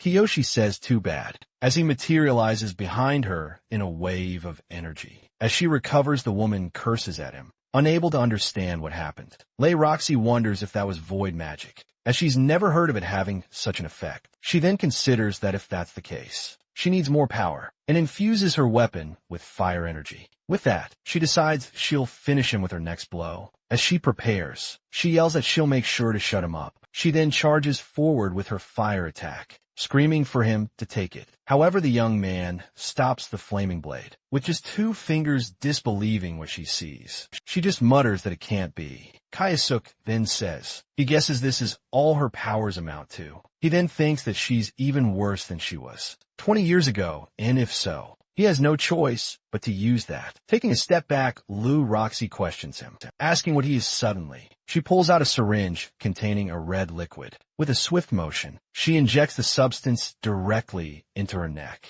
Immediately, a dark energy explodes from her body and fills the room. Watching the scene, he simply comments that she's really willing to go that far. With that, the woman's body begins to transform amidst the aura. Finally, now transformed, she glares at him and questions if he is the monster. In her new form, Lou Roxy laughs and claims he can't beat her now. Kayasuk then asks if she's trying to win with an enhancement drug, and if she really thinks it's that easy. She warns him not to underestimate her, asking if he has any idea how much time and money went into that drug. She explains that she gathered rare materials from deep within the dungeons and spent years refining the serum. She adds that ever since witnessing that inhuman power 20 years ago, she's been searching for a way to reach that level. With a smile, she declares she's now found a power that surpasses everything, and that he should thank her. For it, the young man simply replies that it's pathetic. Leaving her stunned, he then asks if she really believes she surpasses everything, while bragging about something she got from a drug. Furious at his comment, the woman demands to know what he just said.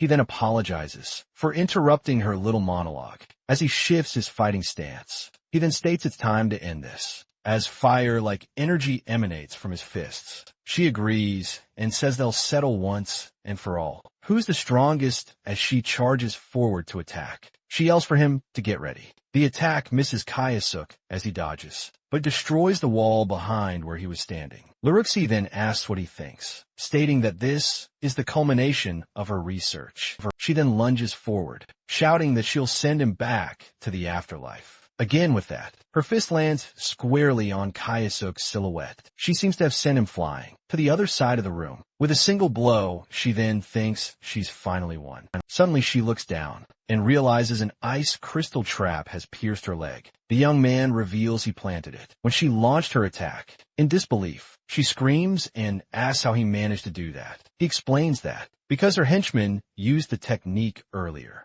He figured out how his opponent uses body enhancement magic. Kayasuk admits her drug is impressive, but all he did was kick up a gust of wind furious. She asks if he dares to mock the results of her research. He simply tells her to stop with the nonsense. He then accuses her of trampling on people and having the audacity to call it progress. He concludes by saying she disgusts him, leaving her speechless with that. She prepares to charge once more enraged. Laruxi screams at him to shut up as she lunges for a final blow. However, Kayasuk stops her attack effortlessly, grabbing her arm firmly. He then hits her with a single punch that throws her backward with the impact. The dark energy begins to dissipate from her body. Lying on the floor, she wonders why her power isn't working anymore. With that, her transformation completely wears off, and she falls to the ground defeated. As he watches her, he thinks that this is Kayasuk's strength now. As he walks away, the young man tells his opponent there was never real power to begin with. Outside the building,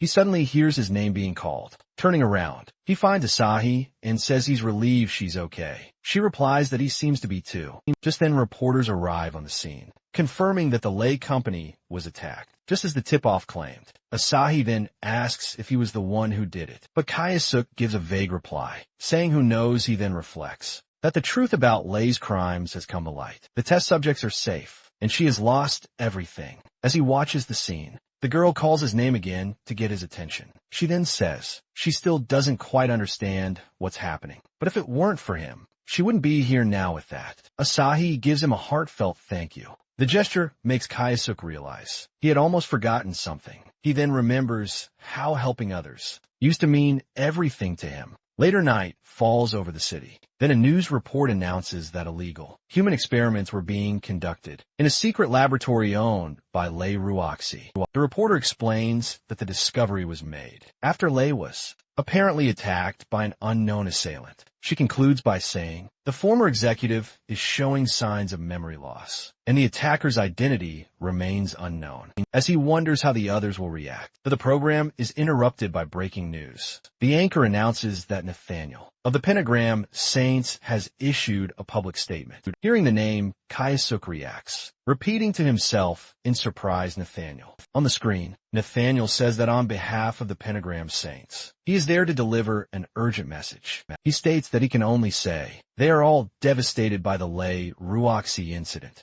Nathaniel concludes by saying that, as her comrades, they feel a deep sense of shame for not noticing Lei's descent into darkness. Yosuke then questions if they didn't notice, concluding that the Pentagram Saints are going to play dumb again. As he grips the remote in anger, he realizes this is exactly what they did 20 years ago. He reflects that these people haven't changed at all, lying without blinking an eye, just to protect their precious status as heroes. He then realizes that to them, people like Asahi and himself were just stepping stones to power. Thinking of Nathaniel Cavell, he recalls that based on his past actions, there's a high chance he was the one who orchestrated his exile. Kayasuk continues, remembering that the man was always calculating and cautious and that no one has found out where he is. Still, he decides that if that's the case, then so be it. He then picks up his phone and prepares to do something. Elsewhere, a woman in white kneels in prayer. Inside a grand cathedral soon,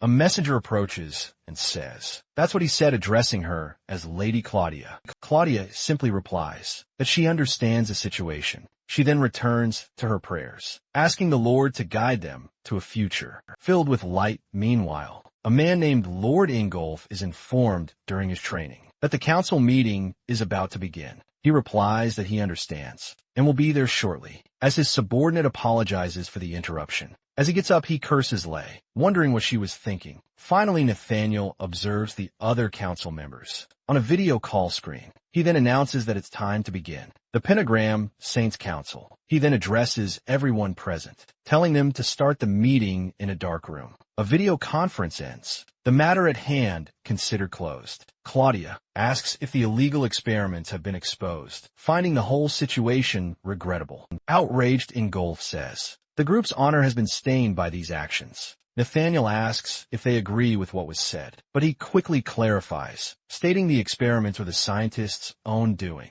With that, he claims the rest of the group knew nothing about the matter. From a distance, Iwako watches and realizes they're just blaming her, so they can abandon her, he's almost certain. Nathaniel knew everything about the experiments. One of the members on the call is shocked, thinking about how easily they discarded her. But the man sets it aside, as the most important thing now is to follow the orders he's received. The scene returns to the meeting, with one member curious about the so-called aggressor. Iwako then reveals that a letter from the culprit himself has arrived. Shocked by the news, they ask Iwako to read the letter's contents. To everyone, he picks up the paper, his hand trembling slightly, but confirms he will read the message right away. The letter begins by saying, the sender has returned from the gate and will now deal with them. Iwako finishes reading the letter, which threatens to deal with all of them very soon. Upon hearing the name Kiyoikiro, everyone on the call is completely shocked by the revelation. The woman is still doubtful, wondering if someone is just using his name to scare them, but Nathaniel immediately denies it, since only someone who was at the gate would know those details. She then suggests it might have been time magic, but he tells her to stay calm. Ingolf angrily says that if Kiyoikiro is back, they'll defeat him again. Nathaniel agrees with Ingolf, saying that for now, they don't need to do anything. He then suggests with a smile that they just watch and see what Kiyoikiro will do. The scene changes to a dark office, where Ingolf is watching the night through a window. When looking at the sky, he whispers Kiyoikiro's name, remembering his former comrade. But his face fills with hatred, and he screams that he'll never be able to forgive him. Elsewhere, Iwako calls Kayasuk, telling him he has followed his orders. From this, Kayasuk realizes that Nathaniel is being cautious and won't attack right now, but he doesn't care, as he knows they won't be able to stay idle for long. So he decides to act, and tells Iwako they'll begin the attack right away. Iwako asks, a bit nervous, what they're going to do now, but Kayasuk replies calmly with a confident smile. He asks Iwako to arrange his transfer to one of Ingolf's academies. Iwako understands he's going after Ingolf, and Kayasuk confirms it using an exchange program,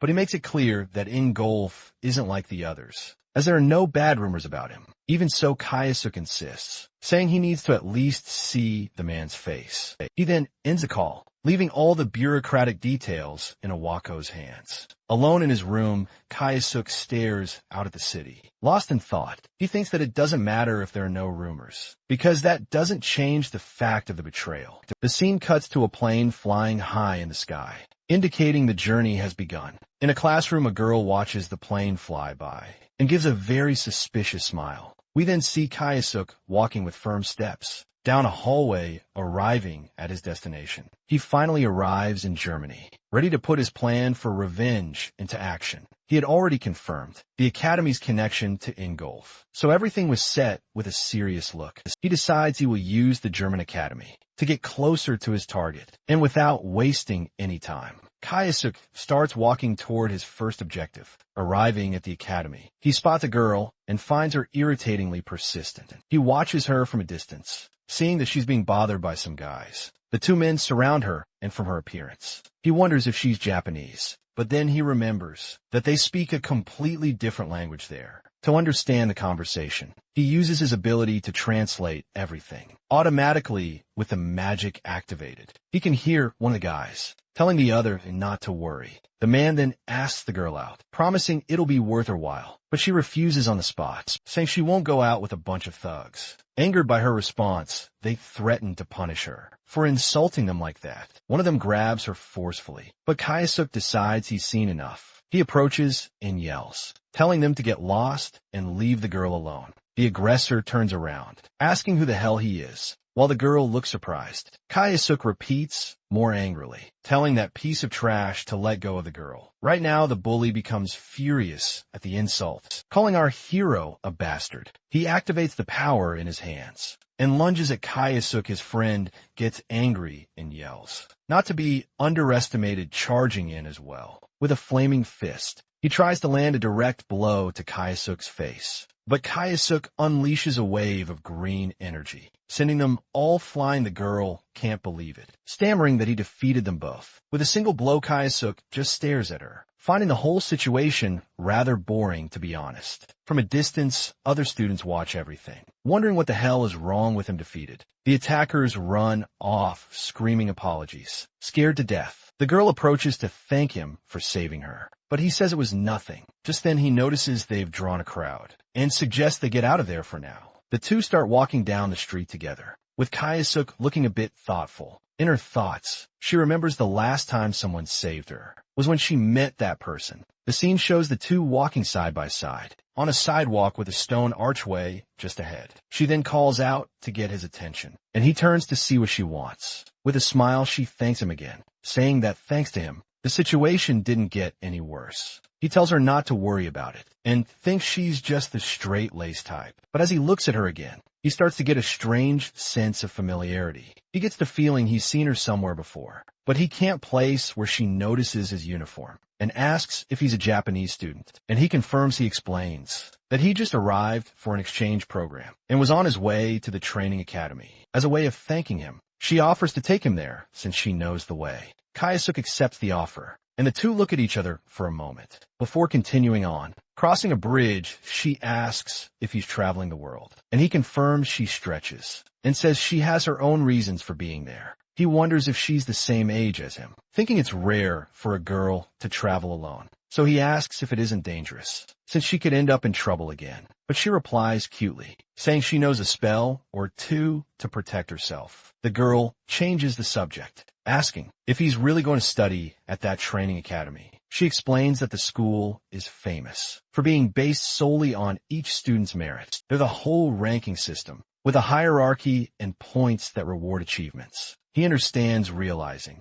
they take meritocracy way more seriously than in Japan. Just then he remembers that Awako warned him about in-golf training with the top students. This means that to get close to his target, he needs to stand out at that school. With a determined smile, he thinks this is exactly the kind of challenge he likes. The girl then points ahead, announcing that they've finally reached their destination. In the distance, they spot the massive structure of the Lansing Training Academy. He thanks her for her help and says goodbye, telling her he can go on his own from here. Before he leaves, she holds out her hand and introduces herself, saying her name is Shirato Sayuki. He shakes her hand and replies, revealing his name as Ase Kayasuk. Upon hearing his name, the girl gets a shocked expression, as if she recognizes it. Kayasuk notices her reaction and asks what's wrong. A bit confused, but she plays it off, saying it's nothing, just that his name sounds like someone else's. She then says goodbye, wishing him good luck at the academy. As she walks away across the bridge, he watches her walk away, thinking there's something strange about her. That bothers him, but he pushes it aside, because now it's time to finally enter the academy. Kayasuk walks alone through the city streets,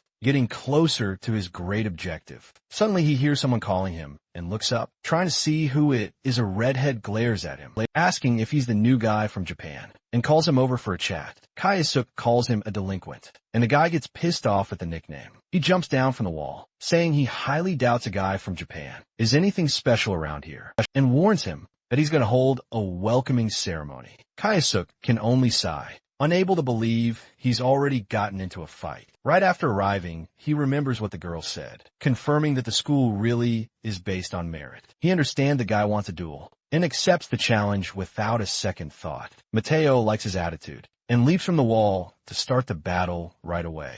With his fist glowing, he gets ready, and yells that it's time to start the fight. Without wasting time, he launches his first attack, yelling for Kioski to eat this. But Kioski blocks the blow with a single hand, showing his superiority. He's completely shocked by what happened, unable to comprehend his opponent's power. Kayasuk catches the stakes in midair, saying the quantity was good, but the power was weak. With a mocking look, he creates a fireball and says he'll show him how it's done. And then he unleashes a giant attack, a mix of fire and earth with absurd power. Mateo is thrown far away by the explosion, with no chance to defend himself. Kayasuk finishes the thought, saying that a real attack should at the very least be like that, completely terrified. Mateo wonders what kind of monster he just faced. Kayasuk just sighs, thinking the whole fight was a waste of time. The scene shifts to the girl, who answers a call and confirms the name of a lady. Claudia, she reveals that she has already made contact with the target, who is our Kayasuk Ase Kayasuk. With a serious look, she reports that she will remain in Germany to keep a close watch on the target. The scene takes us to Germany,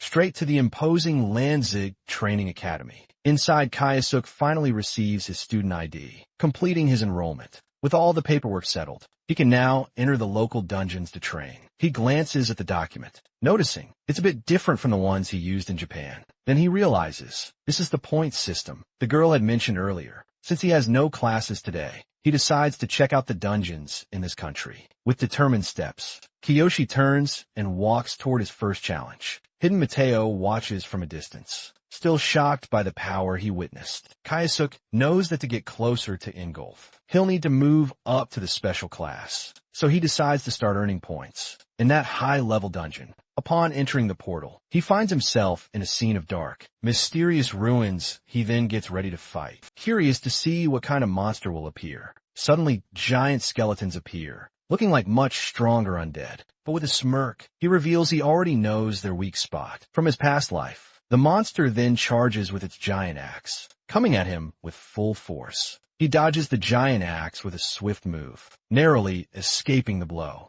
The attack just grazes him, but he manages to dodge it without a scratch easy. He remembers that the undead are weak against fire and impact attacks, so he uses his fire magic, landing a direct punch right in the middle of the skeleton, and the monster shatters into 1,000 pieces. Unable to withstand the force of that single blow, the other skeletons are shocked to see their partner defeated so easily. With a smile, he beckons them to fight, telling them to bring it on. After a while, he reaches the final room, expecting the dungeon boss to be there. So he walks down the dark corridor, ready for whatever awaits him. At the far end, he spots the boss, a dark creature with skulls floating around it. He feels the monster's heavy presence. Realizing this will be a real challenge to start, he decides to test the boss's defenses with a simpler attack first. He then fires a massive fireball, wanting to see its reaction. But the boss uses dark magic to absorb the fire, showing it was nothing. The collision of magic creates a huge explosion,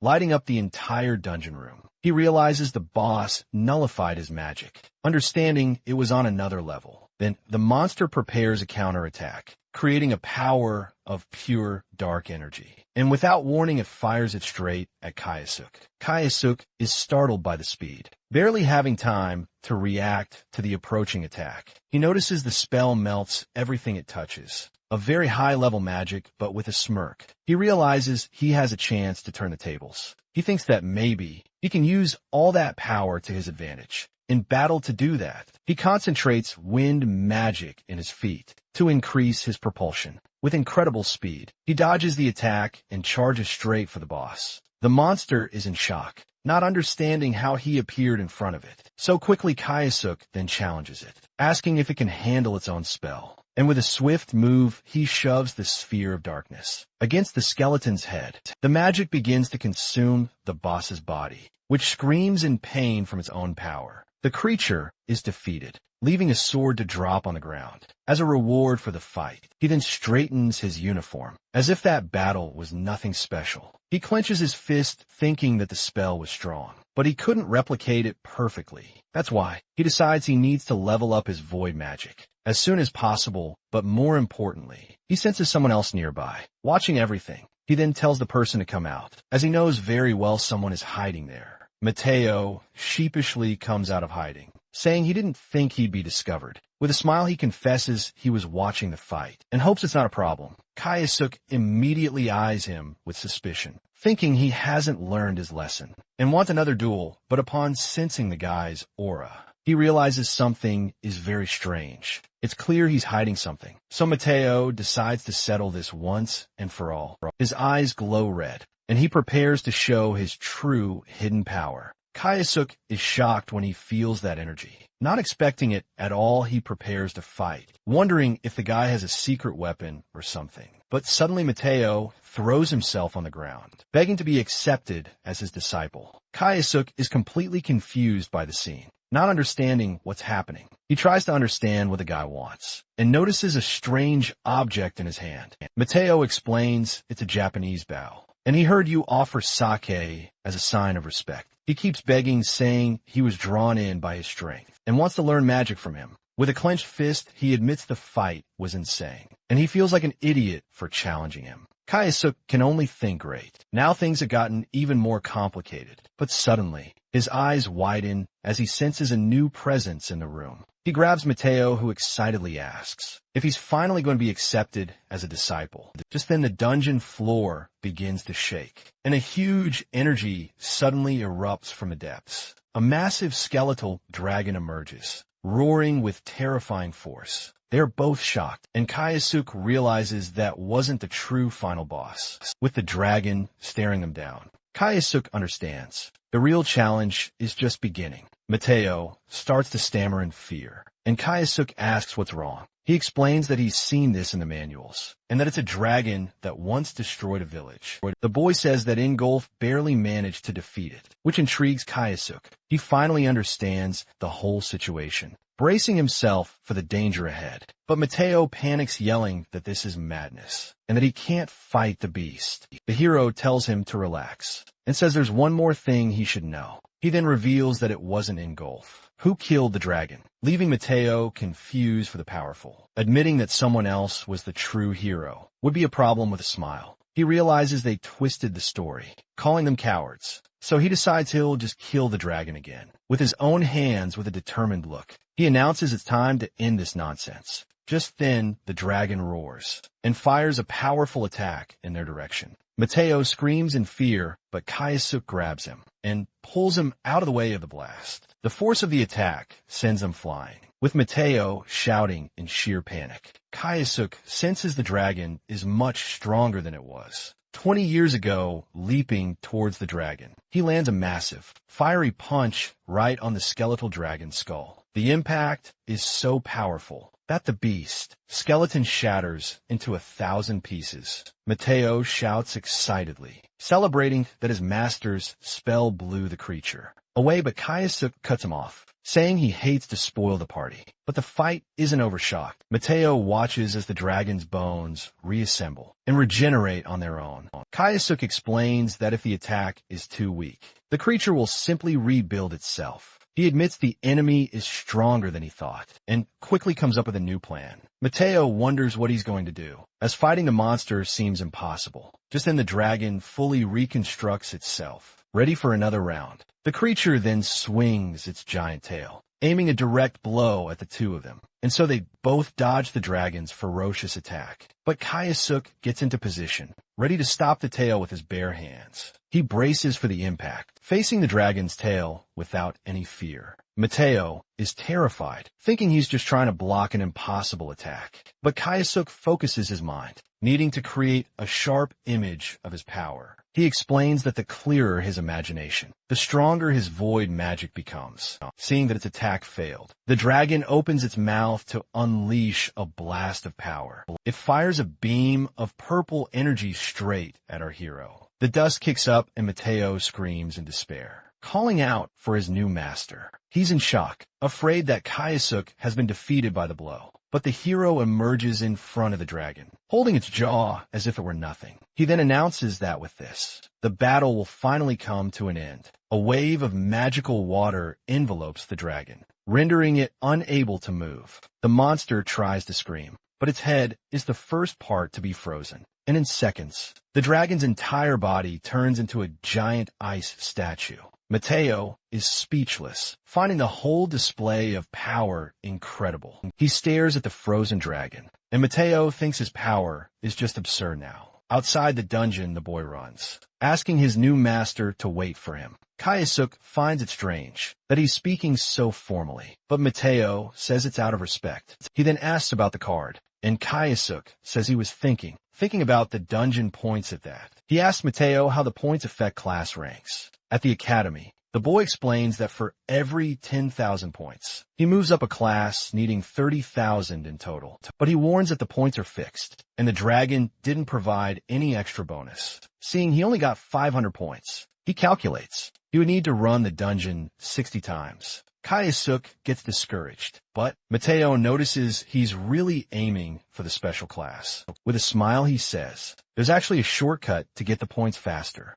Kaisuk gets right in his face and tells him to spit it out, startling the boy awkwardly. He explains that in 1 month, the Sublime Paradise Festival will take place. It's an event where students compete against each other in various difficult challenges. And most importantly, the grand winner takes home 20,000 points. All at once, Kaisuk realizes this is his chance to finally get close to Ingolf. With a clenched fist and a serious look, he declares that he's going to take first place in this festival. A month goes by, and the day of the Sublime Sky Festival at the Academy finally arrives. One of the older students takes the stage and announces that the festival is about to begin. Mateo gets all excited and tells his master, Kaisuk, that the moment has come. Kaisuk then thinks that if he earns enough points and gets first place, he'll be promoted to the special class. And with that, he'd be one step closer to finding the person who betrayed him. 20 years ago, their mission is simple. They just need to get the jewel at the top of the tower. The announcer says the method doesn't matter. They can fight or climb, the choice is theirs. He ends his speech asking everyone to show off the strength they've trained for. Kaisuk gives a confident smile, as a competition like this is perfect for him. Mateo dashes ahead, yelling that they're going to take first place, no matter what. Kaisuk thinks about how he was at a loss when he found out the festival was a team event, but luckily he had the perfect guy for it, and Mateo accepted right away.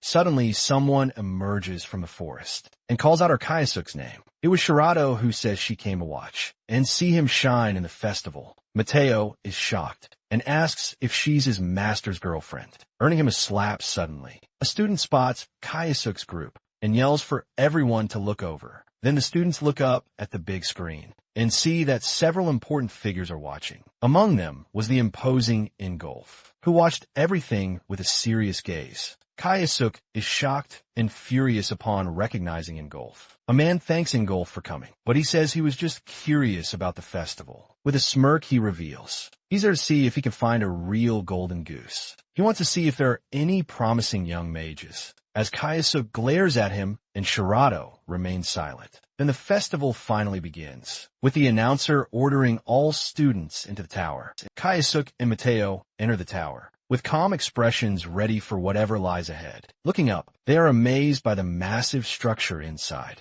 Mateo gets ready for action and tells his master it's time to move, and he agrees, but out of nowhere, another participant attacks a group, starting the chaos right away. To make matters worse, a giant monster with a green aura appears in the middle of everyone. Mateo remembers they were warned about creatures and asks his master what they should do. But when he turns around, Kioski is already gone, leaving him completely confused. Out of nowhere, Kioski appears and strikes the monster with a single blow. Leaving Mateo speechless, he lands on the ground calmly, as if it took no effort at all. Then he asks Mateo why he's dawdling and tells him to keep climbing. Mateo looks a bit sheepish, but quickly agrees and starts running to catch up. The scene of Kaisuk's agility is broadcast on the big screen, impressing the entire audience. At this, Ingolf is surprised and wonders if the boy is really Japanese. Shirado smiles, as she already knew he was no ordinary person, and the others are dumbfounded. Meanwhile, Mateo also shows his strength and defeats another monster. Kaisuk asks if he's okay, and Mateo replies that he still has plenty of energy left. He then tells him not to slow down, and the two continue their ascent up the tower. But Kaisuk is much faster, leaving his partner in the dust on the stairs. With a focused gaze, Kaisuk senses that something is wrong up ahead. Just then he shouts to stop as the floor is destroyed, revealing a trap on the other side. Two students appear, laughing, and tell them they won't get past. The rival mocks him, asking what he said, since they couldn't hear him from down there. Then he bids farewell to the losers and runs off, leaving Mateo furious, not knowing what to do. Mateo turns to his master and asks what the plan is now, but Kaisuk calmly replies that it's easy, as they just need to fly across. Mateo is completely confused by the idea and asks how they're supposed to do something like that. With that, Kaisuke grabs him and leaps into the abyss, using magic to fly while the other screams. Meanwhile, the pair of bullies reaches the final chamber, celebrating their easy victory. One of them says it was easier than he thought, but a mysterious voice speaks from behind them. It was Kaisuke landing right in front of the door, leaving the two completely shocked. With a smirk, he informs them that the obstacle they created barely slowed him down. Mateo arrives right after, shouting that he won't lose to a couple of clowns, who already look dead outraged. The two get ready to attack, telling them not to underestimate them. Kaisuke just watches their movements and says they're too slow for him. And in the blink of an eye, he lunges forward and hits them both with a single precise strike. They fall unconscious like dolls. Mateo was completely shocked by his master's surreal speed. He's stunned as he couldn't even see Kioski move. He was so fast with the rivals defeated. Kioski opens the door and finally reaches the final chamber. Inside, they find the jewel shining on a pedestal, the objective of their mission. Mateo celebrates excitedly, yelling that they were the first to reach the top of the tower. But Kioski cuts him off with a serious look, warning him that it wasn't over yet. Suddenly, the jewel begins to glow intensely, releasing a strange energy. And out of nowhere, armored knights rise from the ground, leaving the pair completely baffled. In the audience, even the organizers are surprised, as this wasn't part of the program. But Ingolf just smiles, eager to see if they can overcome this test. Kaisuke then faces the knights with a sharp gaze, preparing for the new challenge. The armored knights advance as a group, surrounding the duo cornered in the center. Kaisuke notices the soldiers are clearly not human. While Mateo is terrified, he then realizes he knows someone who uses this kind of magic to control so many soldiers. And right then, he's certain that Ingolf is the one behind this. The organizer asks if that magic belongs to Lord Ingolf, and he replies more or less with a smirk. He explains that ending the festival too quickly will be boring. The man calls him cruel, but Ingolf says dealing with this is the bare minimum for a mage. He doesn't think any student could pass, and wants to see how they'll get the jewel. With that, Ingolf stares at the big screen, eager to see what they've got. Mateo gets desperate and asks his master what they're going to do to get out of there. He says it's impossible to defeat so many soldiers, and they all look very strong. But Kaisuke firmly replies that he must do this if he wants to achieve his goal. Seeing his master's determination, Mateo swallows his fear and agrees to fight too. He prepares for battle, saying he'll at least try to provide some cover for his master. But a knight charges at him in an instant, making him scream in pure panic. A knight lunges at Kaisuke, ready to strike him with a giant axe. But Kaisuke activates a strengthening spell, enveloping his body in an aura of power. He concentrates fire energy in his hand, preparing to counter the enemy's attack. And with a single well-aimed punch, he destroys the knight, shattering its armor to pieces. The crowd goes wild, unable to believe he defeated the monster with his bare hands. Kaisuke then prepares another attack, aiming at the other soldiers closing in on him. The impact of the blow creates an explosion that sends several knights flying at once. Mateo's jaw drops, thinking to himself that his master is completely insane. Ingolf smiles, as the Japanese boy is using very powerful magic for a student, but he slams his fist on the table and states with certainty that it won't be that easy for him. And at that very moment, the defeated knights begin to multiply again. In the hall, Mateo despairs, wondering what the school was thinking by doing this. Shirato thinks he doesn't stand a chance, but he still wants to see if he can overcome the challenge. And now everyone is looking at Ase Kaisuke, curious to see his next move. One of the knights attacks with its axe, but Kaisuke manages to dodge at the last second. He looks around and estimates there are about 30 soldiers, a very difficult number to handle. But he remembers his past and thinks this is nothing compared to what he's faced before. The knights hurl their weapons toward Kaisuke, who manages to block them using an earth spell. A soldier tries to use this opening to attack, but Kaisuke uses a wind spell,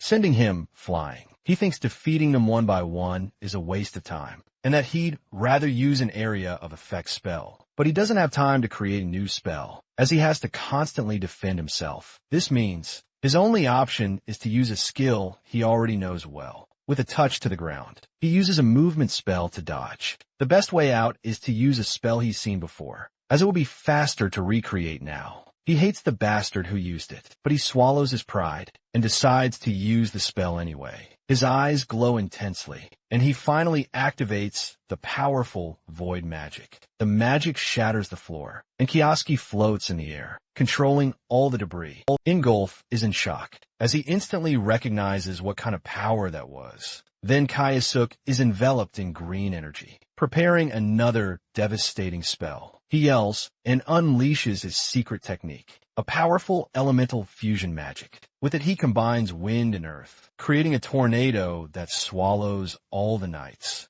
The explosion is so powerful, it destroys the top of the tower, surprising the students down below. After the dust settles, all that remains in the room is the wreckage of the battle. Kayasuk then calmly walks toward the pedestal, where the jewel was still glowing. He picks it up with a smile and says the game is over, declaring his victory in the festival. Down below, Mateo goes wild with joy, screaming that he can't believe he did it. The entire crowd goes crazy, while Mateo celebrates with his master. On the big screen, a female student is dumbfounded, as she never imagined she'd see fusion magic there. Shirato and the other students comment that his power is simply terrifying. Ingolf can't contain himself and starts laughing, thoroughly impressed by what he saw. He thinks that Kayasuk used a spell that took Owako 20 years to develop. With this, he becomes fascinated by the boy, finding his potential unbelievable. And he decides that if the boy makes it to the special class, he will train him personally without any mercy. The scene shifts to an auditorium, where the student being promoted to the special class is announced. The chosen student is Ase Kayasuk, who stands up and walks toward the main stage. The other students comment on how incredible he is. Since he's only been at the school for a month, they're still in shock over everything he did during the festival. A classmate says it was insane, but Mateo claims that for his master, this is just normal. Next, at the armband ceremony, the announcer says there's a special guest. Kioski tenses up, suspicious of who this guest might be. The announcer then asks them to welcome the guest, and Ingolf emerges from behind the curtain. It was Lord Ingolf himself, who takes the stage to lead the rest of the ceremony. Everyone is in shock, unable to believe it was really the feared Ingolf. Standing there, Kayasuk doesn't understand why Ingolf would personally come to the academy. For this, he wonders what Ingolf's true objective might be. Ingolf then stares at him and says he was quite entertained during the festival. With a serious look, Kayasuk simply replies that he's honored by the compliment. To conclude the ceremony, Ingolf hands him the special class card. Ingolf leans in and whispers for Kayasuk to come to his estate later. In the audience, Mateo and the others are confused, not understanding what they were talking about. With that, the award ceremony finally ends to a round of applause. Ingolf then turns and leaves the stage, leaving the students behind without another word. Kayasuk stands there, wondering what the hell Ingolf could be plotting. The scene changes tonight, showing the entrance of a gigantic, luxurious mansion. A butler greets him at the door, confirming his name and saying they were expecting him. He then wonders what Ingolf wants, and if he has discovered his true identity. Kayasuk is frustrated, wishing he had more time to prepare for this meeting. But if he's been found out, he knows a fight could break out right here. Right now, upon entering the room, he finds Ingolf sitting at a table laden with food. Ingolf notices his presence, greets him, and simply tells him to sit. He says they'll talk after dinner, but Kayasuk doesn't seem to agree. With a serious look, he ignores the invitation and asks what Ingolf really wants. Ingolf repeats that his feats at the festival were impressive and caught his attention. Ingolf settles into his chair and says there's something he'd like to ask. With an intimidating gaze, he questions what exactly Kayasuk was hiding. Kayasuk tenses up, wondering if Ingolf had already discovered his secret. But he clenches his fist and tells himself no. That couldn't be true. He thinks that if Ingolf knew, he would have been more direct, so it must be something else.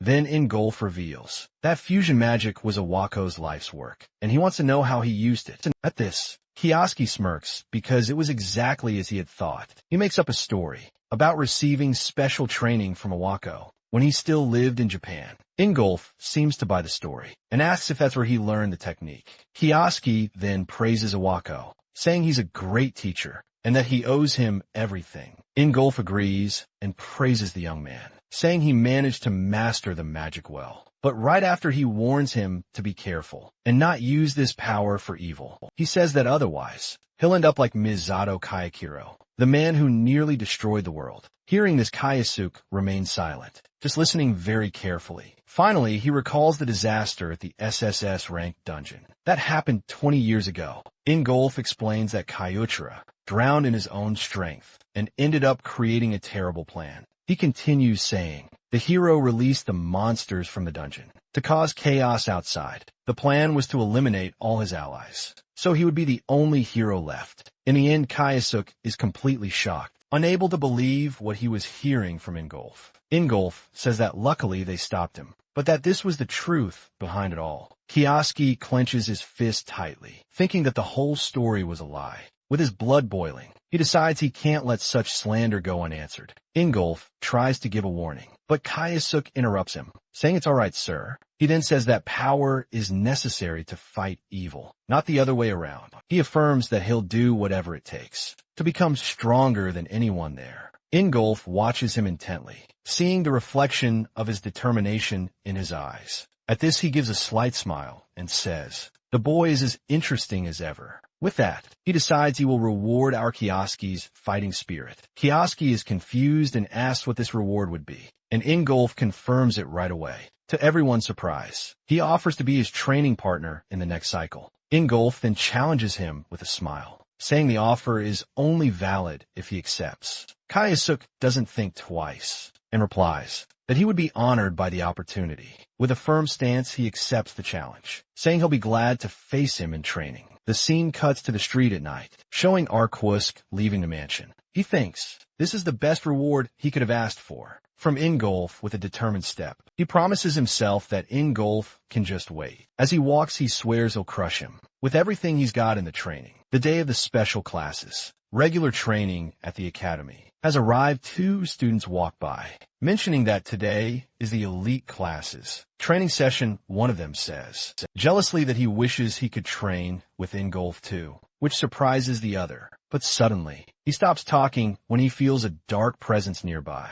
It's Kioski sitting on a bench, with a heavy aura and a menacing gaze. The two are completely terrified and decide to run off to avoid any trouble. Kayasuke watches them leave, thinking that the day to settle the score with Ingolf has finally come. Clenching his fist, he prepares himself today. He's going to even the score with Ingolf. He remembers Ingolf promised him a training battle during today's class to Ingolf. This might just be a lesson, but for Kayasuke, it's something entirely different. He vows to crush him and make him regret the betrayal from 20 years ago. The scene changes to the training field, where the instructor announces that the class is about to begin. He then calls for Lord Ingolf to introduce himself and start the day's activities. Ingolf walks confidently toward the students, displaying his imposing presence. Kayasuke glares at him with a serious, focused look. The moment he's been waiting for has arrived. Ingolf begins his speech, saying he has faith in the academy's best students. Then he announces that to spice things up, he's decided to hold a training match today. Ingolf laughs and tells them not to be nervous, as he has already chosen his opponent. At that, he calls out for Yusai Kayasuke, ordering our Kayasuke to step forward in the stands. Mateo is completely shocked, unable to believe what he's seeing. He thinks it was worth skipping class to see his master fight against Ingolf. Suddenly, he notices the presence of Shirato, the girl who is also at the festival. With a smile, Mateo thinks that things between her and his master are going well. Shirato feels someone staring at her strangely, but decides to just ignore it, wanting to see how he plans to face one of the world's heroes. On the field, the two face off, with Ingolf asking if they can begin. Kayasuke thinks that Ingolf is one of the strongest fighters, completely different from the others. He swears to himself that the one who will be kneeling on the ground today is Ingolf. Ingolf then gets ready and announces that he will make the first move. In an instant, he charges at Kioski with absurd speed.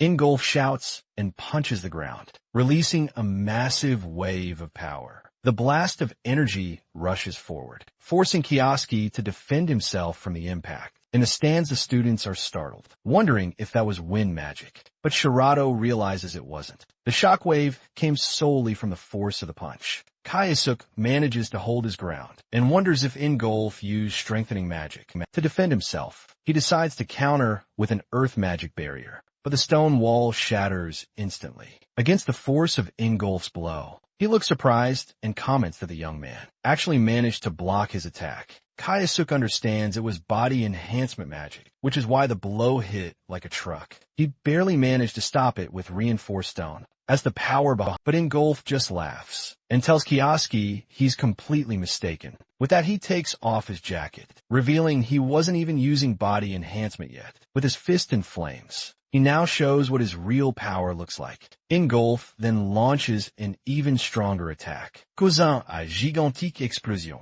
Kayasuk braces for the impact, feeling the pressure of the power coming toward him. He uses wind magic on his feet to escape the blast. By a hair's breadth, Ingolf doesn't stop, throwing several punches into the air and creating multiple explosions on the field. With the help of the wind, Kioski manages to dodge, but he's already being pushed back. Mateo is shocked, unable to believe his master is being overwhelmed. Like that, Ingolf notices he escaped and warns that despite his instincts, the fight isn't over with that. He launches a devastating blast of energy that rushes straight at him. Kayasuk barely manages to dodge. He thinks that with an impact like that, he can't hold back anymore. He stands up determined, realizing it's no time to conserve his power. Ingolf finds this strange, wondering why he stopped moving. Kayasuk then begins to gather a huge amount of wind magic. Around him, Shirato recognizes the technique, saying it's the same one he used at the festival. With his eyes glowing, he prepares to activate his powerful fusion magic.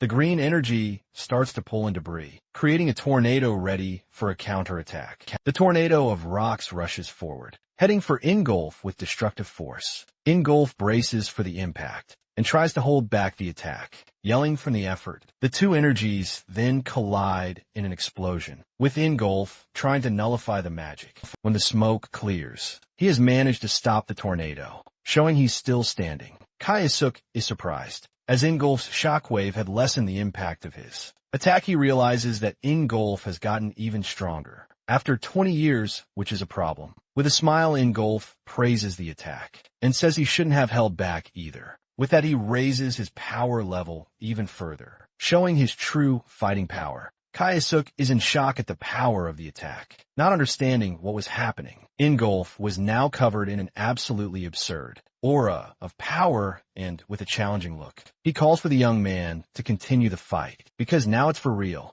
Kayasuk wonders if he's using a spell he doesn't even know he has. He questions if he learned it sometime in the last 20 years. He wants to see just how much it was worth. With his eye glowing brightly, he announces he's starting his attack right now. Then he extends his hand and fires a powerful magic spell at his opponent. Ingolf recognizes it as earth magic and braces for the coming impact. Kioski thinks the explosion is too big. There's no way his enemy can escape. With a grunt of pain, Ingolf is thrown back by the force of the initial attack, seizing the opportunity. The boy prepares a fusion spell to attack again. He then unleashes his fusion magic, creating an even more devastating attack than before. The blast of energy surges forward, hitting Ingolf with brutal force from a distance. Mateo cheers excitedly, shouting that his master is using his best technique. Meanwhile, Sayuki notices their opponent is off balance, and the timing is perfect. She's certain this final attack will hit its mark, dead on and with a mocking smile. He yells,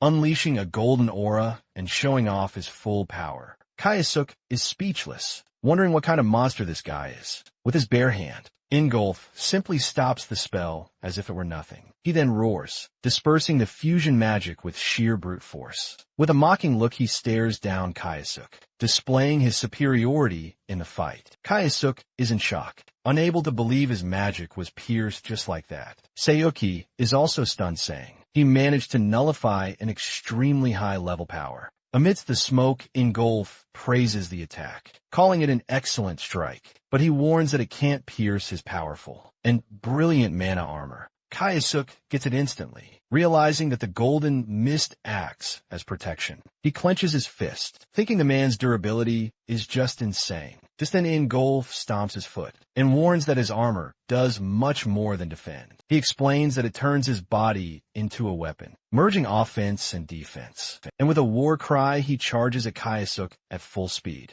surrounded by a golden aura. Ingolf prepares to deliver a devastating punch, but Kioski reacts quickly, jumping back to try and escape the direct blow. Ingolf's fist hits the ground, causing an energy explosion that destroys everything. Mateo is shocked by the scene, shouting in disbelief at what he just saw, thrown by the shockwave. Kioski tries to shield himself from the blast's impact. He manages to land far away, but the battlefield is completely destroyed, with a cut on his face. He thinks that Ingolf is much stronger than before, and that mana armor he mentioned is proving to be a huge problem. Kaiosuk has a countermeasure, but the spell isn't complete yet, and it's risky and patient. Ingolf asks if he's not going to attack, saying if not, it's over. He then decides to end the fight once and for all, charging at the boy with everything he's got. Seeing the danger, Kioski realizes he has no choice but to risk it all. With difficulty, he begins to gather a new blue energy, an unknown power. Ingolf questions if he's forging something, doubting it will be able to stop him. With total confidence, he continues his attack, flying towards his target. Ingolf is confused midair, not understanding what kind of power it is. Kaiosuk's hand glows with a cosmic energy, and Ingolf eyes it seriously. Ingolf's fist then clashes with the magic, creating a collision of power. The force of the impact throws Kaiosuk backward, unable to maintain his defense. He cries out in pain, realizing he hasn't mastered this new ability yet. Seeing an opening, Ingolf prepares to deliver the final blow. And in the fight, Ingolf says, "That's enough for today." Kaiosuk looks up surprised, trying to see who suddenly stopped the fight. Ingolf explains that the training was more than enough for him. With a slight smirk, Kioski clenches his fist. Filled with frustration, the instructor then announces that the training session is over, dismissing all the students. A man approaches and praises Ingolf, saying he was a great inspiration to everyone.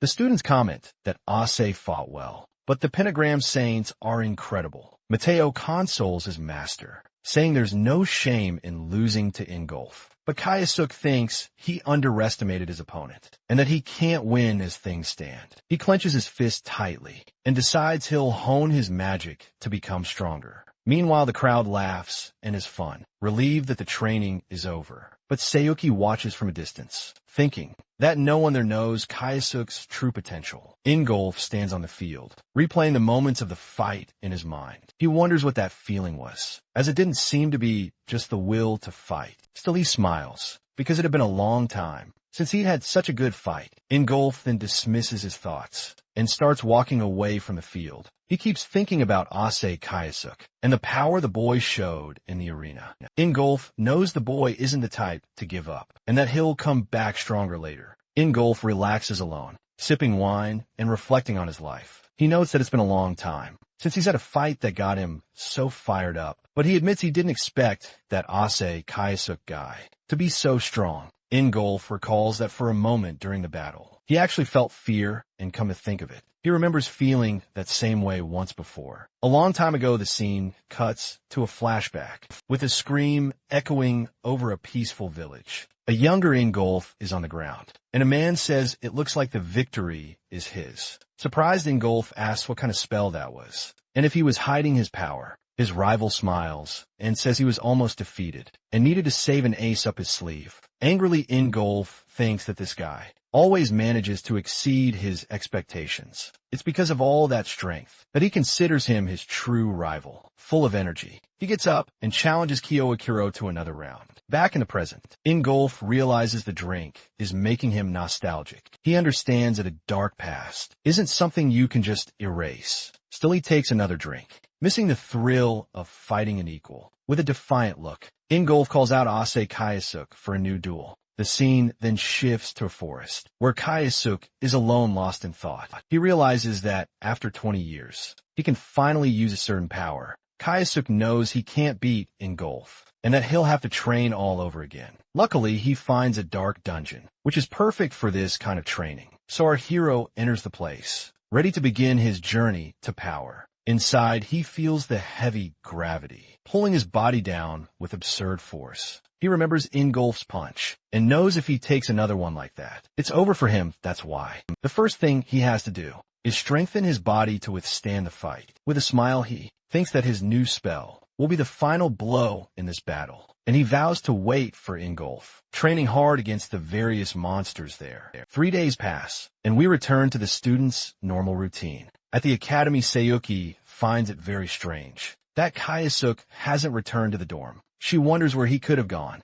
and worries about the boy's disappearance. From a distance, Mateo complains that everything is so boring without his master around. Sayuki approaches and calls out to Mateo, who turns to see what she wants. He recognizes the girl and says she's one of his master's fans. She thinks it's better this way and asks if he happens to know anything about Kayasuk. A bit awkwardly, Mateo mentions he heard Kayasuk went to train in the Eastern Forest. Hearing this, she wonders if he went to that place she knows. She thanks him for the information and runs off, leaving the boy behind confused. Alone, he smiles, thinking his master has a very dedicated fan. Now in the forest, Sayuki thinks the hidden dungeon is perfect for his training, but she finds it strange as there's no way he should know about that secret area, unless a certain possibility is our hero's true identity. The shocking possibility that Ase Kayasuk isn't actually who he says he is, and that he is the legendary Misato Kyoakiro,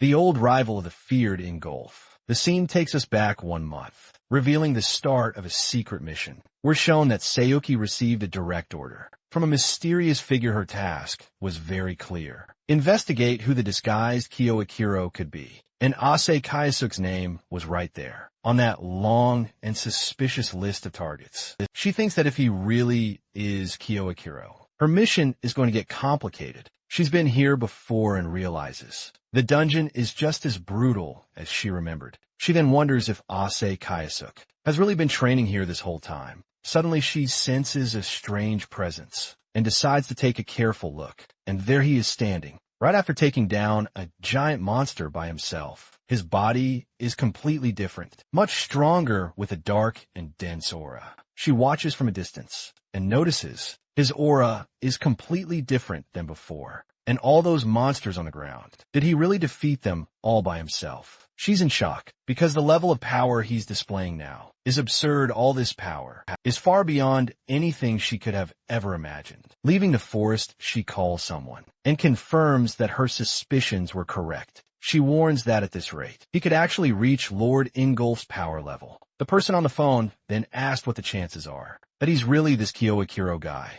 With a serious look, she answers without hesitation that the possibility is very high. On the other end of the line, Claudia gives a sinister and satisfied smile. She hangs up the phone and laughs herself, thinking that everything went exactly as she imagined. With that, she thinks that things are about to get much more interesting. From now on, before a crowd of followers, Claudia begins her dark speech. Then she declares with a terrifying smile that everything is going according to the Lord's plan. Back in the dungeon, we see the crystals that witnessed our hero's training, surrounded by defeated monsters. Kayasuk announces that his training is finally complete. With a confident look, he guarantees that this time, his power will hit Ingolf head on. The scene shifts to an office, where a phone suddenly starts ringing. The man, Iwako Hideki, wonders who could be calling him now. He then answers the call with a sour expression, demanding to know who's speaking. On the other end of the line, a mysterious dark voice announces that it's Ingolf. Hearing the name, Iwako turns pale and frightened, unable to believe who is calling.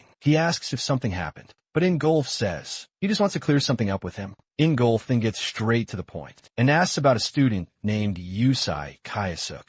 After hearing the answer, he hangs up, saying that was all he wanted to know, with the information he needed. Ingolf slams the phone down with terrifying force. Iwako despairs because he can't reveal that Ase is actually Kyoakiro. He panics, screaming internally that if he tells the truth, he will surely die on the other side. Ingolf looks ready to act, a cold determination in his eyes. Ingolf thinks Iwako is hiding something, but he has no proof, so he decides his next step is to investigate on his own. Somewhere else, suddenly, he stops noticing something strange in his room. someone has just slipped a letter under his office door. He picks up the envelope, wondering who could have sent him that message. As he reads the contents, his face fills with a fury he hasn't felt in a long time. With a hand shaking with rage, he crumples the paper, because now everything makes sense. He becomes enraged, screaming internally that he already knew this was the truth. The scene takes us to the past, with Ingolf apologizing to his friend Kyo Ichiro. But Kyo Ichiro says it's fine,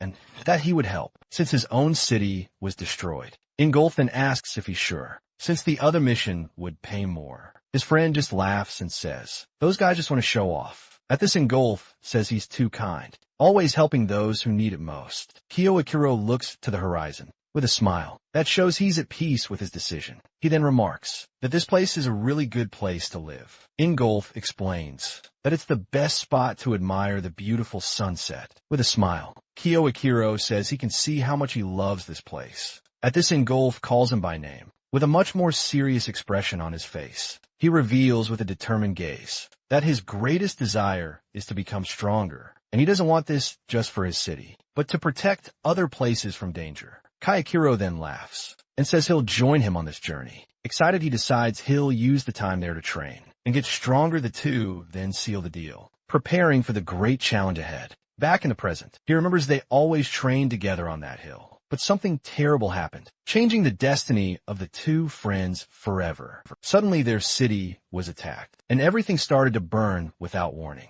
Innocent people were caught in the middle of that inferno of flames. In pure destruction, Ingolf could only watch, completely shocked by the horrifying scene. Then he sees Kyo Ichiro standing in the middle of the fire, with a terrifying expression. His childhood friend was now smiling like a demon. Reveling in the chaos, he clenches his fist and decides he won't involve the other saints in this fight. With hatred in his eyes, he swears he will be the one to finish Kyuchira. The scene cuts to Kayasuk walking down the hall. With a confident air, he thinks that the next training session is in a week, and that he'll get his rematch. Suddenly, he hears someone shout his name, stopping him in the middle of the hallway. It was Mateo, who runs towards him, celebrating that his master has finally returned. He asks what the hurry is, and the boy explains it's a letter from Iwako. Confused, he takes the letter Mateo was holding so urgently. Kayasuk then opens the envelope to see what Iwako's message was for him.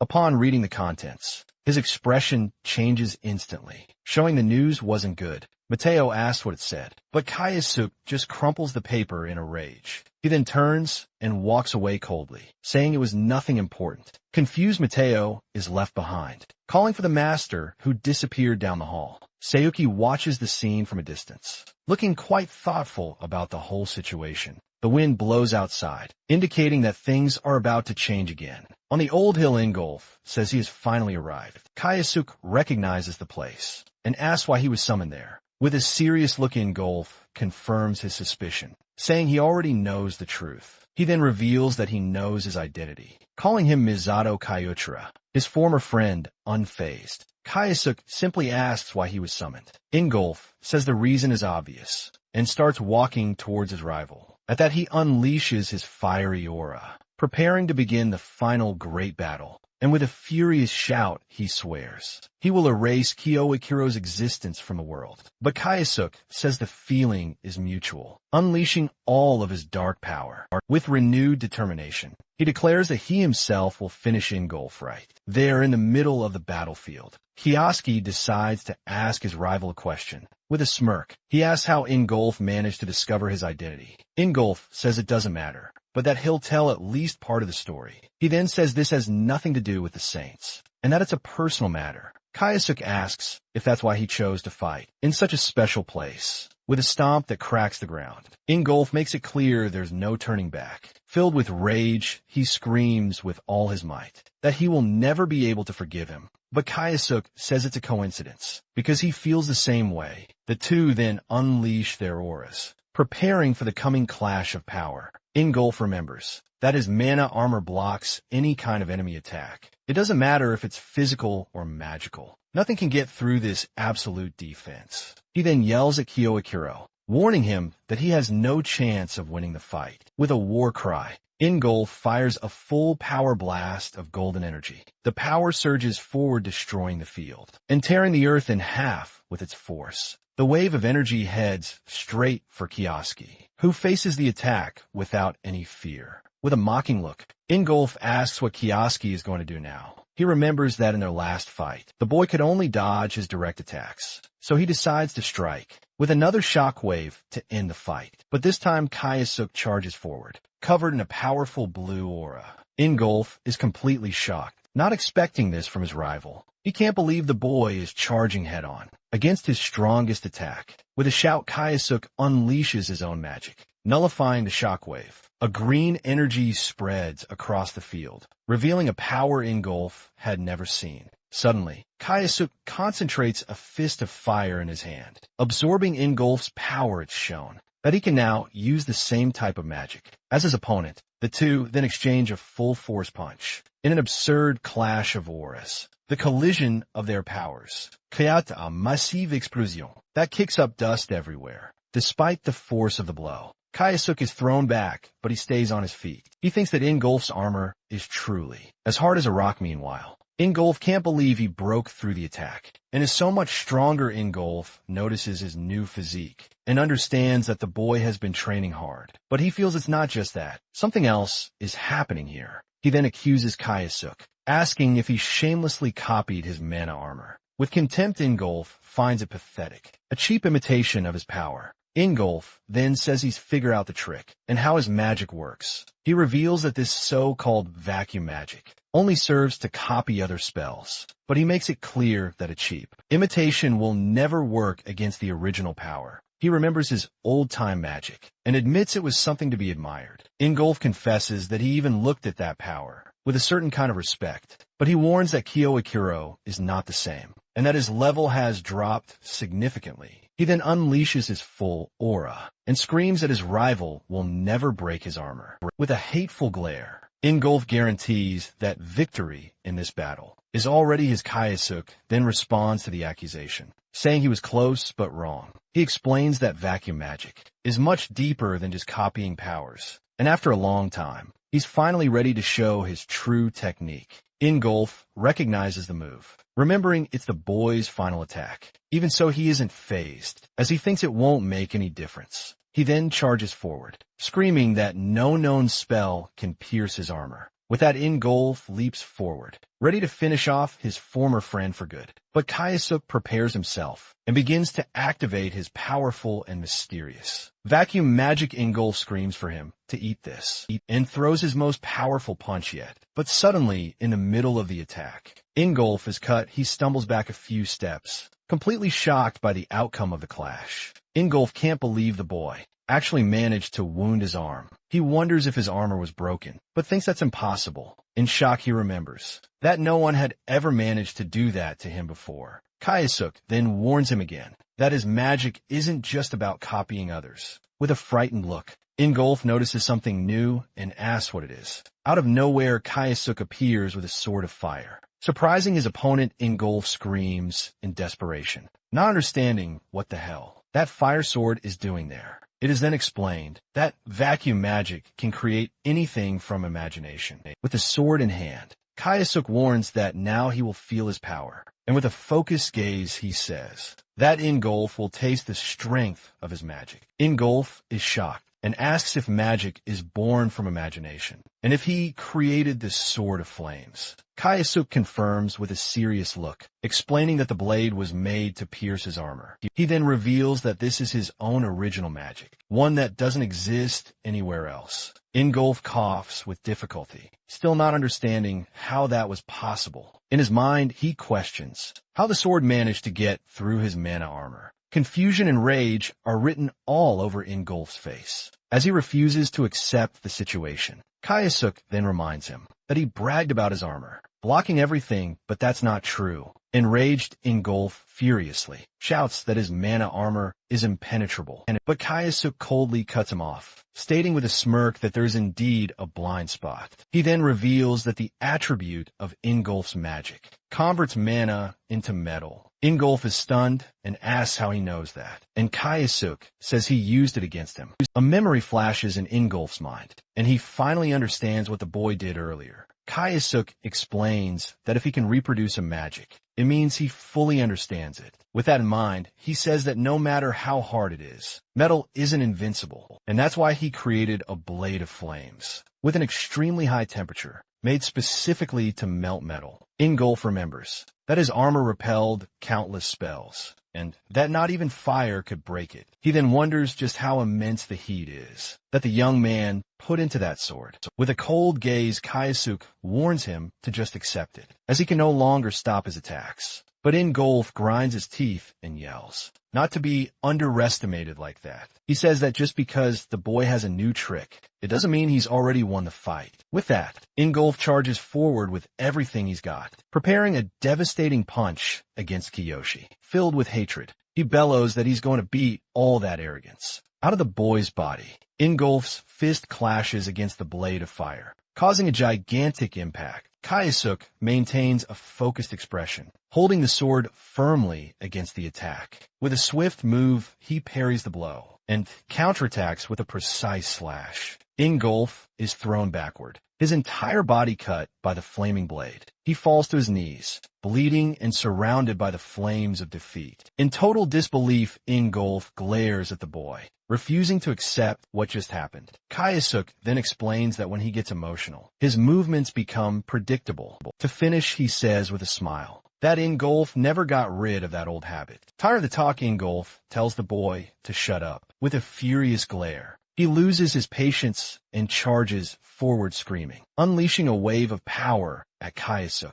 Kayasuk clicks his tongue, questioning if he's really going to keep coming at him. Kiyoshi then easily dodges the desperate attack, showing his superiority in the fight. But Ingolf manages to get close and tries to land another blow. But Kiyoshi just builds up his aura. While dodging the attacks, he yells for the boy not to dare lecture him about the past. With his eyes glowing with rage, Ingolf continues his hateful speech, and then he accuses him of burning his homeland to the ground. Suddenly Nathaniel appears and asks Ingolf to wait, trying to calm the situation down. But Ingolf doesn't listen to him and continues to scream in pure agony and fury. Kayasuk realizes there's no other way and says all right, preparing a new spell with a quick motion. He fires a powerful electric attack towards Ingolf. The magic explodes in a blue flash, forcing Ingolf to retreat from the impact. He complains about the hit, but soon realizes it was just a smoke screen. Before he could finish his sentence, the fireblade stops right in front of Ingolf's face, who stares with a look of pure disbelief. With a pained expression, Ingolf asks why this is happening to him. He says he thought Kiyoshi was his rival, someone against whom he could surpass himself. Then, he once again questions the reason for this betrayal, his chest bleeding in his final lament. He asks why the boy didn't just let him keep believing that. Kayasuk turns with a serious look, calling Ingolf's name, about to say something. But suddenly a purple beam of light strikes Ingolf right in the back. Ingolf is caught by surprise, not understanding where that cowardly attack came from. From a distance on top of a cliff, a mysterious figure was watching the whole fight. It was Claudia, who says with a smile that she won't let things end just yet. Kayasuk seethes with rage upon noticing her presence, hatred written all over his face. He then yells Claudia's name, confirming the identity of the true culprit. The priestess greets him, saying it's been a long time, and calls him Kyoakuro. Kayasuk is in shock, as he realizes Claudia has already discovered his true secret identity. With a malicious smile, she says she'd love to catch up, but that will have to wait. The priestess then announces that the real fun is just beginning, enveloping Ingolf in her aura. Ingolf is also hit by the purple magic and begins to groan in pain. Surrounded by the energy, Ingolf's body begins to contort, bizarrely controlled by her magic. Desperate Kiyoshi realizes what's happening and recognizes Claudia's control magic. From the top of the cliff, she orders them to kill each other as much as they want. With a sadistic gaze, Claudia stands watching as the two prepare to fight. Then Shirato Seiyuki appears at her side, announcing that it's finally time to act. Kayasuk looks up completely shocked, unable to believe what he's seeing. He recognizes his classmate, Shirato Seiyuki, with a look of pure disbelief, confused. He asks her why she's reporting to Claudia the enemy. As he lands, he struggles to dig his feet into the ground to keep from being dragged further. With a dirty face, he grits his teeth in anger, feeling the opponent's pressure. Ingolf's hand starts to bleed, showing the immense power flowing through him. He groans in pain as his muscles contract in a completely inhuman way. Kayasuk notices his muscles are swelling like crazy. In a bizarre way, he remembers that humans have limits and wonders if Claudia used hypnosis to break them. He curses Claudia, concluding that she really is the queen of mind control. Just as he expected, he realizes Ingolf's speed is on another level and knows he has to stop that first. With a focused gaze, Kayasuk aims at a specific point to attack. With his sword, Ingolf charges like a bull, and Kayasuk prepares to execute his risky plan. In the blink of an eye, Kayasuk manages to land a direct hit. On his opponent's legs, the cut is deep, and blood gushes from Ingolf's leg. As he feels the impact, Kayasuk celebrates inwardly, believing his attack strategy worked perfectly. He thinks that Ingolf's mobility is shot, and the fight is in the bag. But Ingolf ignores the pain and punches the ground with terrifying, immense force, and he continues his attack on Kioski, who dodges annoyed. Kioski curses the situation, not expecting him to be so tough. Even after taking a hit like that, Ingolf is still on his feet and ready for more. He lets out a grunt of pain, but the hypnosis forces him to keep fighting. Relentlessly, Kayasuk is stunned by the sight, not understanding how he can still move like that. And Ingolf keeps coming at him with his attacks. But Kayasuk dodges. Kayasuk slides back to escape the deadly blow. Kayasuk watches Ingolf from a distance, wondering what's happening to him. Ingolf starts to groan in pain, bringing a hand to his face as if fighting something. Then Kioski notices. The evil aura around Ingolf is slowly fading.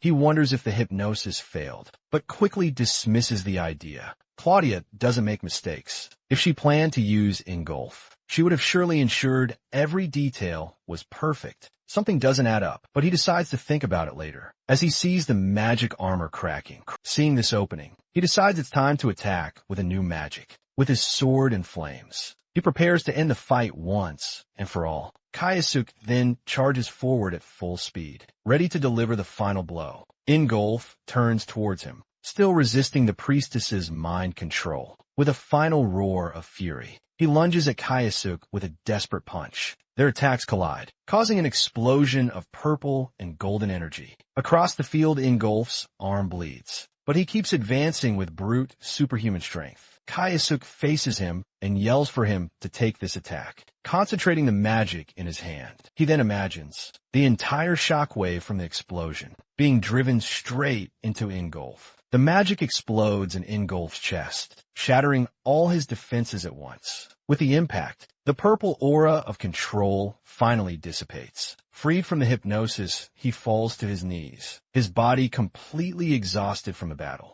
Kayasuk catches him, and Ingolf admits in a weak voice that he has finally lost with a victorious smile. Kayasuk confirms that yes, he has won the fight once again. Ingolf gives a faint laugh and says that even in victory, he's still a big talker. He then reveals that their exchange of blows made him certain of something very important. Before passing out, he claims that it wasn't Kayasuk who burned down his homeland in the past. Ingolf passes out completely, leaving Kayasuk confused by the bombshell revelation. Not understanding a thing, Kioski wonders what the hell Ingolf was talking about all this time. The scene shifts tonight with the full moon, illuminating the now silent battlefield. With a pain groan, Ingolf finally begins to regain consciousness. By his side, Kioski watches him from near a campfire and points out that he's awake. Ingolf calls him Kyoikiro, still a bit groggy, as the young man stares at him seriously. He looks at his bandaged arm and asks if the boy did that. Kayasuk explains it's just first aid, but Ingolf wants to know why he helped him.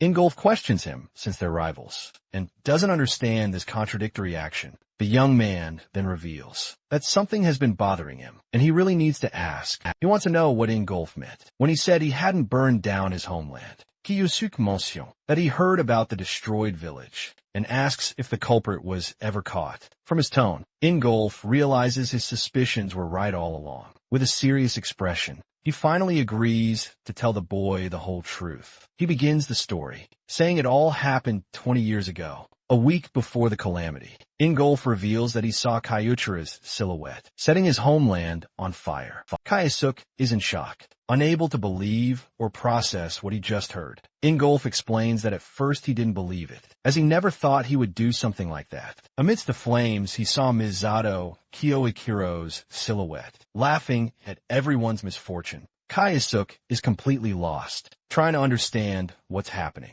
In this whole story, he denies doing it, and wonders who Ingolf really saw that tragic night. Right after the fire, Ingolf says they found a plan in his room to assassinate everyone. Kayasuk is shocked by the revelation, unable to believe the level of the setup. With that, the conclusion was that Misato was a wolf in sheep's clothing. All along, that was the conclusion the pentagram saints reached, falling right into the trap. And the result of this mess, as Ingolf himself says, is something Kiyoichiro knows all too well. Kayasuk realizes Ingolf isn't lying, which means someone orchestrated all of this. The person Ingolf saw pretending to be him was a false image created by the real culprit. The ability to mess with senses and plant memories. Only one person could do that. With a look of hatred, he concludes that the culprit is Claudia. He's already copied her hypnosis and knows the magic affects the brain and forces behavior. Kayasuk asks if Ingolf had considered that, and Ingolf confirms he had the same suspicion.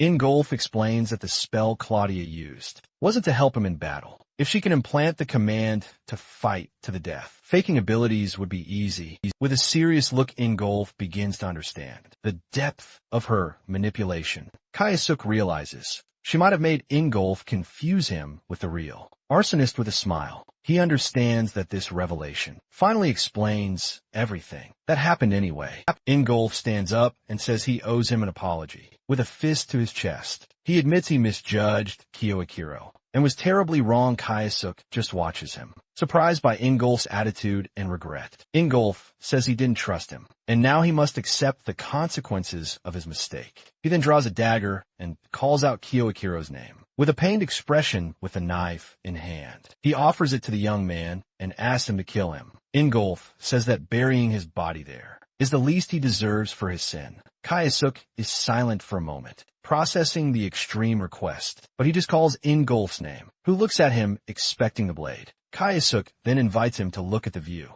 and remember the days they trained together. Ingolf is moved and reminds Kujiro that they were once brothers in arms. He says that this strong bond of friendship didn't just break on its own. Kayasuk then asks who broke that trust, and if they're just going to let it slide. He reminds him that they now have a common enemy, and because of that makes an invitation. With his hand outstretched, he asks Ingolf to join him and settle the score. Ingolf is shocked, completely surprised by the unexpected proposal from his old rival. With a smirk, Kioski provokes him, saying that taking things lying down isn't his style. A small smirk appears on Ingolf's face. As he gets a message, he then laughs and agrees that the kid is absolutely right about that. A memory from the past shows that this partnership between them seems to be destiny, and with their hands joined, Ingolf realizes he still has something to do in this world. The scene cuts to the extinguished campfire, showing that the night has passed and the decision has been made. Ingolf then asks if they are heading to the Mediterranean, and Kayasuk confirms the plan. He explains that Claudia has built a city for her followers, which could be her base. Ingolf offers to go with him, but Kayasuk immediately refuses, saying no. Kayasuk explains that the magic forces them to fight to the death, so Claudia already thinks one of them is dead. Hearing this, Ingolf understands they'll use this to their advantage, and the young man confirms the plan with a smile. He says she thought one was enough, but it's time to show her she was wrong. He asks Ingolf to keep acting like a saint, as it will be easier if he is presumed dead. He also warns that Nathaniel's movements have been very suspicious and deserve attention. With a look of confidence, the young man turns to Ingolf and says he's counting on him. Ingolf then responds firmly, saying he can leave it to him, accepting the mission on the spot. And so the two former rivals part ways, each with a clear objective in mind. After everything, the next step of his revenge finally became clear to Kayasuk. He clenches his fist in hatred, vowing that she will regret everything she's done. Looking at the moon, he remembers the name of his true enemy, the treacherous Claudia. The scene shifts to a ship on the high seas, with the sun shining and gulls flying. Kayasuk travels alone, leaning against the side of the boat, lost in thought about the future. He reflects on the many things that happened in Germany, leaving it all behind now. A memory of Mateo, shouting to him from a distant surfaces, a reminder of his loyalty to the very end. But he smiles thinking about how his beef with Ingolf took a crazy turn. He never imagined he'd make peace with someone he swore had betrayed him. He straightens up, knowing he can't afford to be sentimental forever. His destination now is an island in the middle of the Mediterranean, a place quite isolated from the world. That's where Claudia has gathered her followers and built a city just for her cult. It sounds like a ridiculous idea, but that's where the priestess is currently hiding. If it's a city of believers,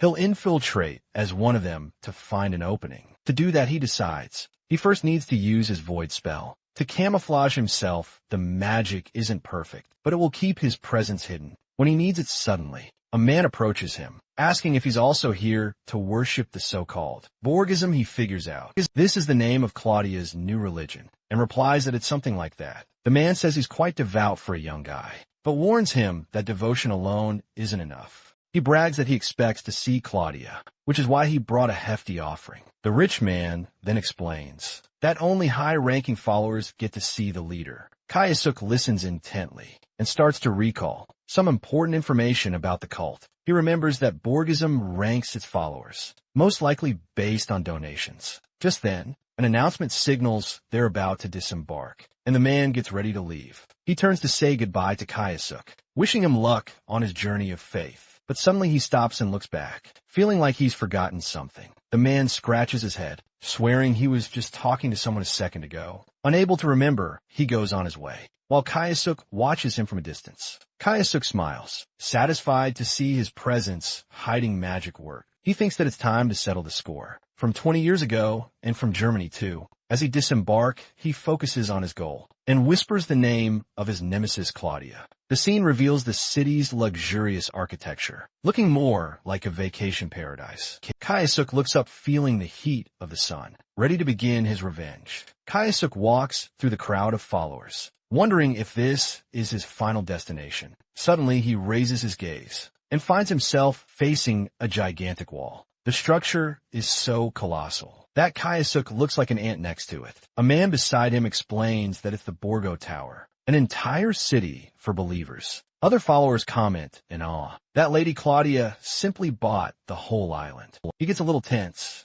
not having imagined her power was this great. A flashback shows that 20 years ago, Claudia only had a small monastery here, and now she's built this empire, leaving the young man shocked by the cult's evolution. But he gives a slight smile. With so many followers, it'll be perfect for a smooth infiltration. The security at the entrance looks tight, but to him, that doesn't matter at all. After all, as long as he has his void magic, no one will be able to truly notice him. With that, he passes through the inspection without any issues, as the guards don't see anything unusual. A guard then accepts him as a first-rank Borgwast and hands him his credentials. He explains that the ranks determine the floors, and for now, he can only access the first one. To move up, he must pass the test of faith, and only at the 7th rank can he see Claudia. The guard tells him to proceed, and Kayasuk prepares to enter the gigantic tower. His fake identity worked, and the recognition block will make the guard forget everything.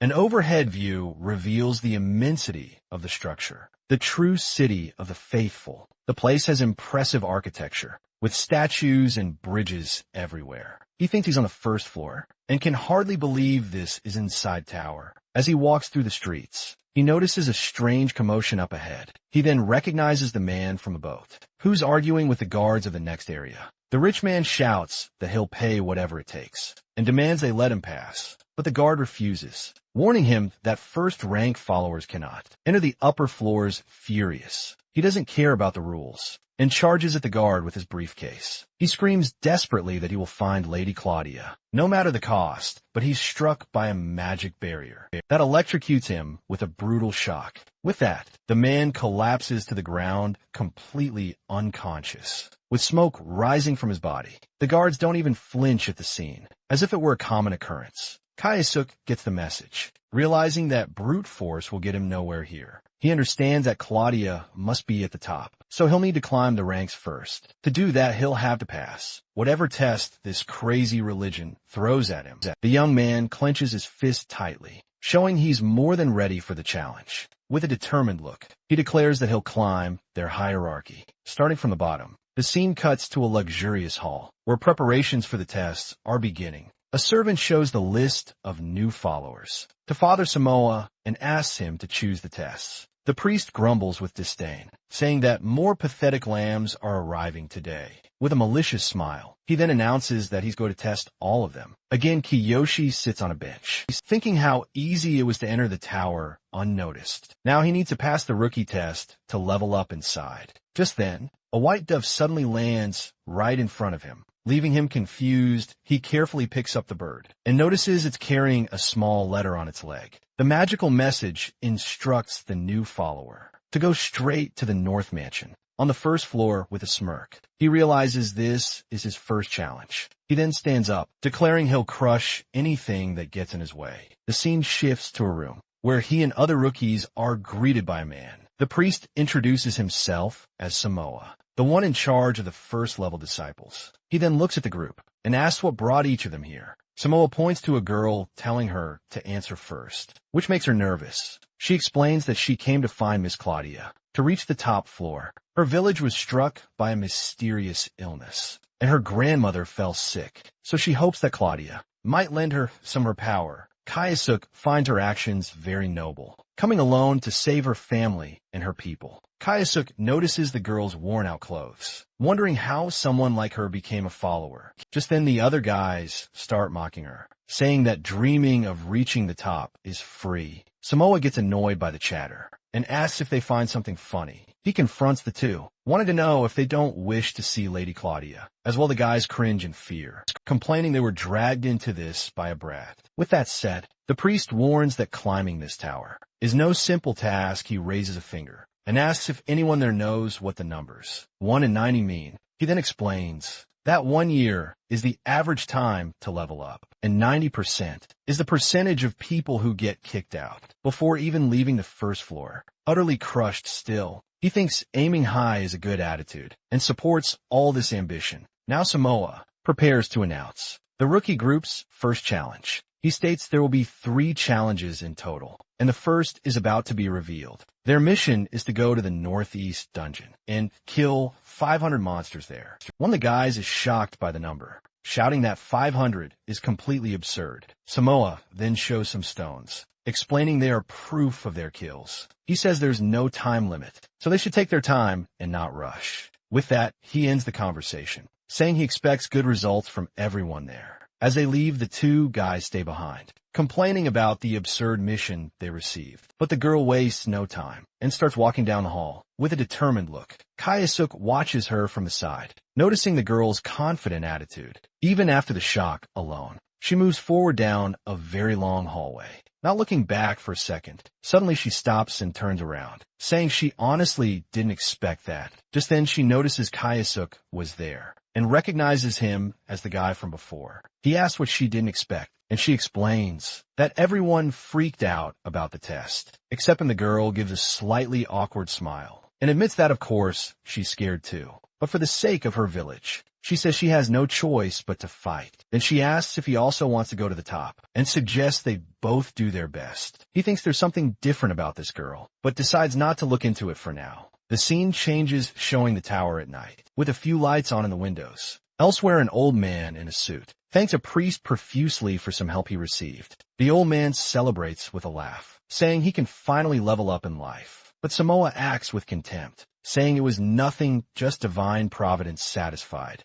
The man leaves the room happily, humming and clutching his briefcase tightly. Someone else serves the priest a glass of wine, commenting that it was another success. He explains that Samoa's plan is brilliant, as he creates impossible tests to squeeze money out of people. Samoa confirms, saying the monsters are strong, and the weak will never get through, and those who can't pay can just cling to their dreams until they're crushed. At that, he begins to laugh maniacally, revealing his true personality. From somewhere in the tower, Kaiosuk seems to sense all this evil, coming from a priest. He thinks the guy is like a cartoon villain, exploiting others without a second thought. Some disciples just want to see Claudia out of pure faith, and Samoa tramples all over that. The scene cuts to the next day, with someone knocking on the priest's door. Samoa, who is at his desk, asks in a bored voice who's there. Kayasuk then enters, bowing and apologizing for interrupting him. Without any hesitation, he announces that he has finished the test and brought everything that was asked for.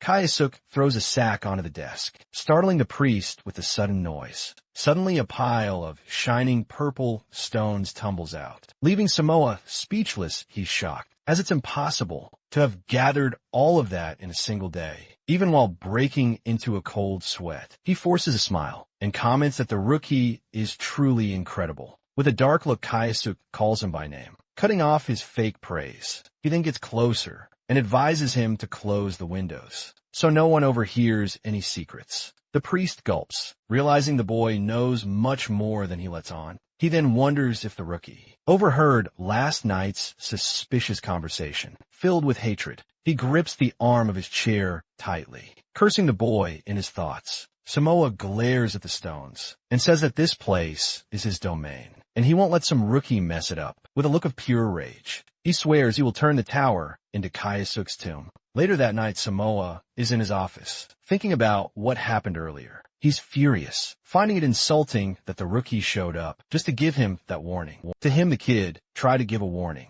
but it's nothing more than cheap justice. With a wicked smile, he decides he'll give the rookie a very special second test. The scene shifts to the bourgeois disciples' dormitory, where Kayasuk is now staying. He looks out the window and notices that Samoa hasn't made a move against him. Yet so he concludes, the priest isn't stupid enough to try something inside the tower itself, but suddenly, a white dove lands on his window, surprising Arkiowski. The bird delivers a new magic letter with the details of his second official test. He figures out the plan instantly, realizing they want to get rid of him, using a test as an excuse. It's the perfect chance to fulfill a tower requirement and eliminate him like killing two birds with one stone. According to the letter, his mission is now to simply defeat the dungeon boss. Kayasuk smirks. He knows it's an obvious trap, but he doesn't seem to care. Without hesitation, he decides to face the challenge head-on, unafraid of what's to come. The scene cuts to a lava cave, the dungeon on South Borjo Island. Kayasuk enters the lava cave, remarking that the heat inside is no joke. He knows Samoa wants to kill him, so he already expects the difficulty here to be high. And if the priest has a plan B, he'd better have an ace up his sleeve too. With that, he activates his own magic, preparing for anything that might appear. With a focused gaze, he stays alert, waiting for the first attack from the darkness. Suddenly, a fiery explosion lights up the area, revealing he wasn't alone. A giant flame monster appears, revealing itself as the dungeon's first enemy. The creature of flame Rex lets out a loud roar and charges at him with full force. To make matters worse, these are high-level fire monsters that usually hunt in packs. Kayasuk confirms the dungeon's level is high, but a smile shows he doesn't mind. So he uses his void magic, creating several ice crystals around him. The crystals fly forward, striking the fire monster head-on with a brutal impact. The lava creature falls to the ground, completely defeated by his ice magic. He realizes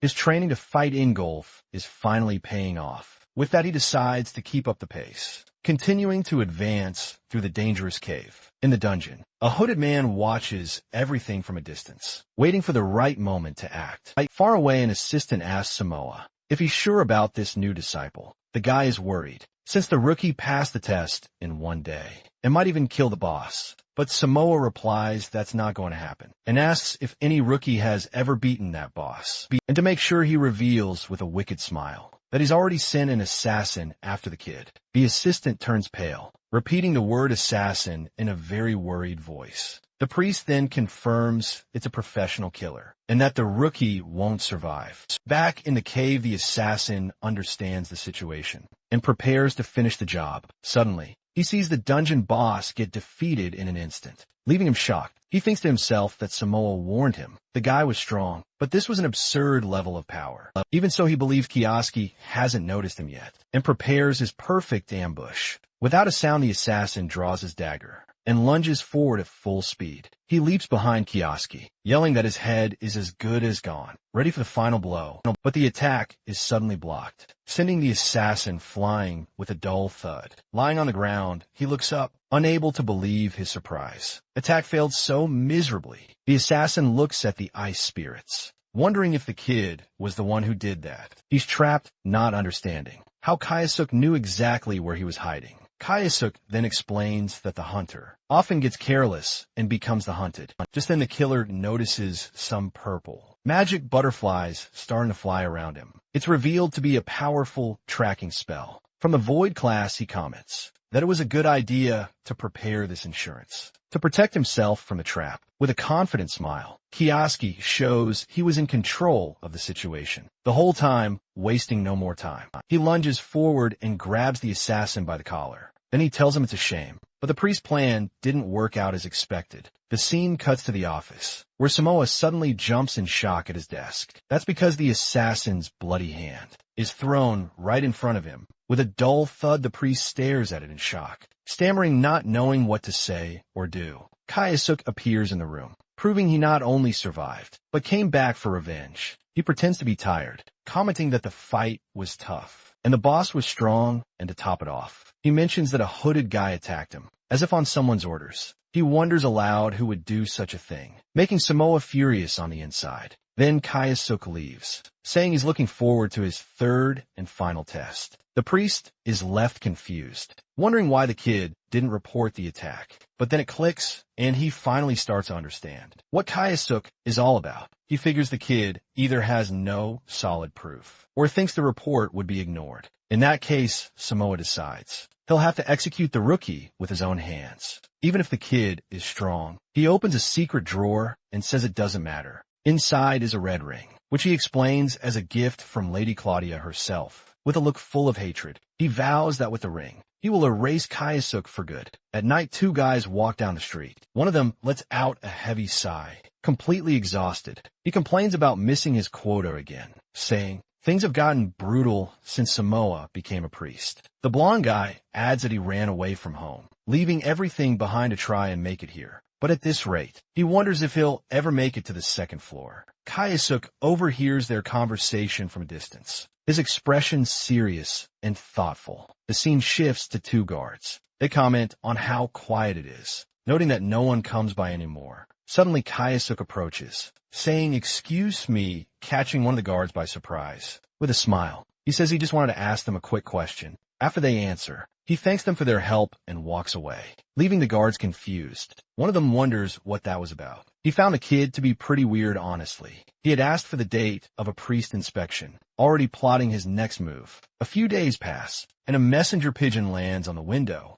Bringing news, he reads the letter, which announces the details of the final test for that floor of the tower. Smiling, he thinks that Samoa is incredibly unlucky, which just proves his lack of faith. Then he prepares to act, activating his powerful void magic once again. Suddenly, several white doves begin to fly throughout the city, emerging from Kioski's window. The magical birds spread across the sky, each carrying an important message to deliver. People on the street are startled, shouting and wondering what's happening. Then the doves begin delivering letters to everyone, leaving the crowd completely confused. The girl from before receives one too, and stares at the paper, not understanding what's written on it. Even a white-haired man, who seems quite important, receives his message. He takes the letter with a curious look as one of the doves lands on his shoulder from his balcony. Kayasuk watches everything and says that finally, all the pieces are in place. With a smirk, he thinks it's time for Samoa to pay for treating the faithful like trash.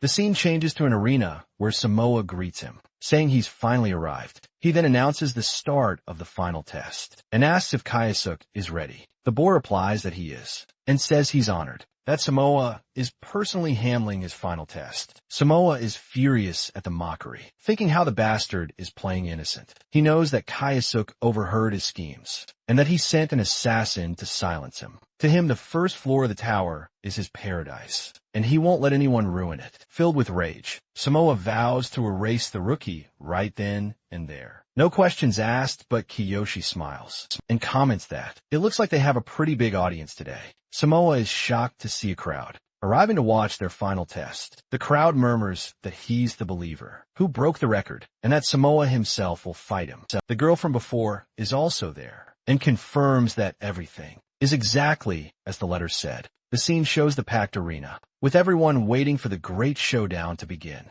The priest is a bit lost, staring at all the people who appeared out of nowhere. He then realizes it was Kaisuk who gathered everyone, and wonders what his plan is. Suddenly he breaks into a cold sweat, thinking it can't be what he's imagining. Kaisuk then shouts loudly, calling for the attention of all the believers. On the first floor, he reveals that he has uncovered Samoa's corruption, that he accepts bribes and sent an assassin. The priest turns pale, cursing the kid in his mind for exposing everything in front of everyone from a distance. The white-haired man just watches the conflict unfold, looking very interested. Samoa yells that it's ridiculous and that everything the rookie is saying is a huge lie. But inside he's panicking, thinking he's screwed if the boy has any proof. Losing his patience, Samoa yells that's enough talk and that the test will begin right now. He unleashes his dark aura, vowing to kill him because the dead can't talk. Then several shadow monsters appear and rush to attack Kaisuk with everything they've got. The audience is in shock with one man, explaining that this is high-level summoning magic. With a malicious smile, he warns that if Kaisuk survives, he'll pass, but that this is the end for him. He then points at Kaisuk and yells for his shadow monsters to get him now. But unfazed Kaisuk prepares to fight, activating his void magic. In a single move, he unleashes a giant wave of ice that freezes the entire arena. Samoa's jaw drops, unable to believe the absurd power he just witnessed. Kaisuk then points at him and remarks, "Nobody said I couldn't just defeat the monsters." The crowd goes wild, shocked that he finished it all in one go, and wondering who he is. The girl from before is impressed, commenting that the guy's magical power is insane. Trembling with rage, Samoa composes himself and tells the rookie not to get too cocky. He clutches his chest, thinking he won't let a piece of trash like Kaisuk disturb his peace then.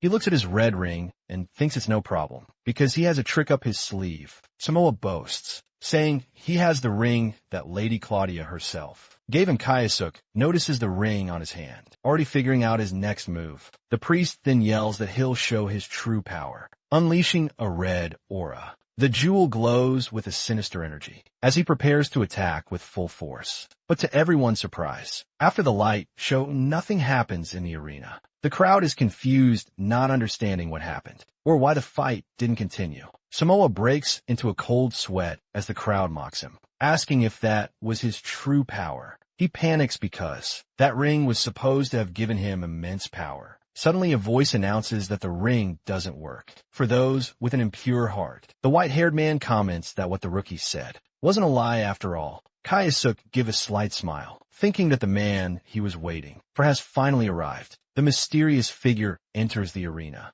and Samoa stammers as he recognizes who it is. He introduces himself as Agito Norman, a priest from the 5th floor. Shocking everyone, Agito then faces Samoa, saying that there's always a story behind a priest who can't use the ring with a threatening gaze. He tells Samoa to explain everything, leaving him utterly terrified. Samoa trembles, stammering Lord Agito's name, who stares back at him with a look of superiority. Kaisuk watches it all, thinking he didn't expect such a high-ranking priest to show up like this, but with a smirk. He realizes this is actually even better for his plan. Agito then explains that he received a very strange message as soon as he arrived on the 1st floor. The letter said that Samoa's corruption would be exposed and invited him to the arena to see everything. The priest panics, unable to believe his scheme was discovered like this. In a serious voice, Agito warns that arrogant scum will be punished and asks if he understands.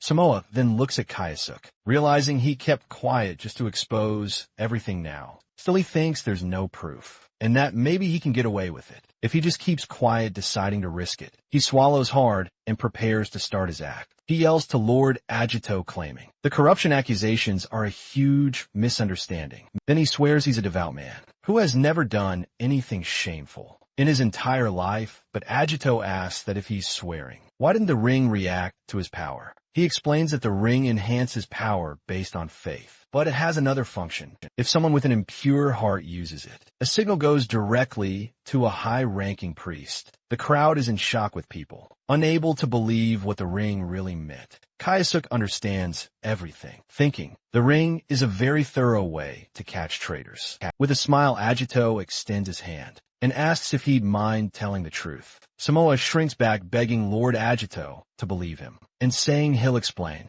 But the Lord loses his patience, telling him not to make him repeat himself and to just tell the truth. At that, the priest falls backward in shock, letting out a small shriek of pure fear. Agito recalls how he cut the boy and forced the test to start early, to hide something with nothing to say. The priest can only stammer. His face full of dread, the Lord then shouts that he will no longer disgrace the name of the Burgo faith. Utterly defeated, the priest is speechless, just muttering nonsense. Agito sits down next to him, ready to resolve the situation one way or another. He warns that he can force a confession out of him, but asks if his body can take it. Trembling from head to toe, Samoa finally gives in and begins to confess his crimes. He admits to imposing impossible tests and extorting money from the first-floor faithful. The audience is horrified, listening to the confession and realizing the priest's corruption. Kayasuk just watches in silence as the corrupt priest finally faces justice. With the confession made, Agito turns to the guards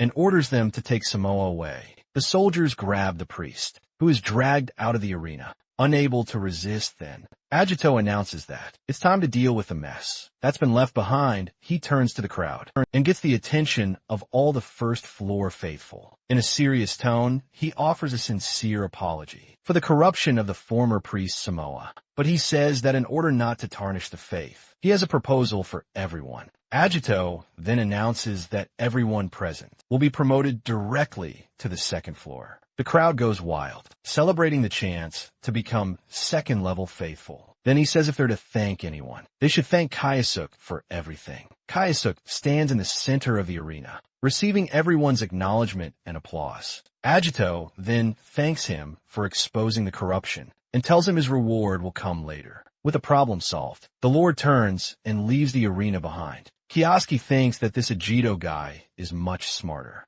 and more dangerous than Samoa. The scene shows the crowd celebrating, including the girl, who can now move on. The girl smiles, thinking she needs to thank him properly later. For everything, the scene shifts to Agito, who is finishing up his report to an important figure. He emphasizes that the incident was resolved thanks to the actions of a single new follower. He then comments that if they had delayed, the church's reputation could have been tarnished. Forever, his superiors agree, saying the newcomer's conduct was exemplary and a model for others with that in mind. Agito prepares to take the next step in his plan. With a smirk, he turns and says he has an interesting proposal to make. The scene cuts back to the guards, who are still standing at their post, with not much to do. Meanwhile, Kayasuk climbs a staircase, a serious and determined look on his face. He then arrives at a new place, a kind of hanging garden with an incredible view. There he thinks that he didn't expect to be promoted directly to the 5th floor of the tower.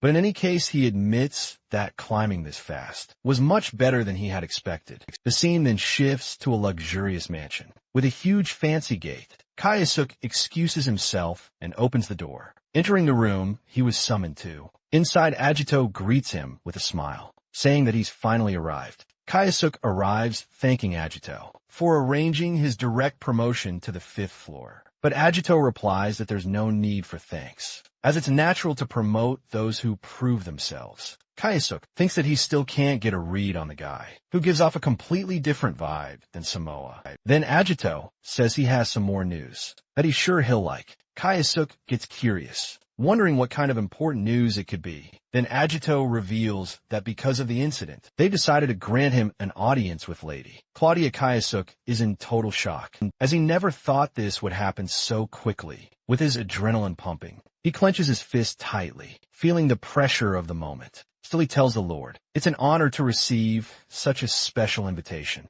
And with a confident smile, he says he will gladly accept the invitation. Elsewhere, Iwako asks in shock if the news is real, and gets a confirmation. Claudia informs him that the revived Kiyoakiro has been defeated, and Ingolf's presence is proof. But Ingolf, with his arms crossed, says he didn't expect that from her. With a smile, Claudia apologizes and asks if the results weren't good. He agrees that she's right, as they got rid of an enemy thanks to her. But in his thoughts, Ingolf curses Claudia, calling her a manipulative fox. He thinks that now he's sure it was she who burned down his hometown in the past. The scene shows Nathaniel, who is watching the conversation between the three. On a screen, the blonde man remains silent, processing everything with a very serious, calculating look in his office. Iwako seems worried, saying that a lot has happened with Kiyoakiro's death, but he suddenly kicks the table, yelling that this has solved all his problems. He celebrates wildly, throwing his arms up and cursing Kiyoakiro. Back on the call, Claudia tells Nathaniel that the obstacles are gone.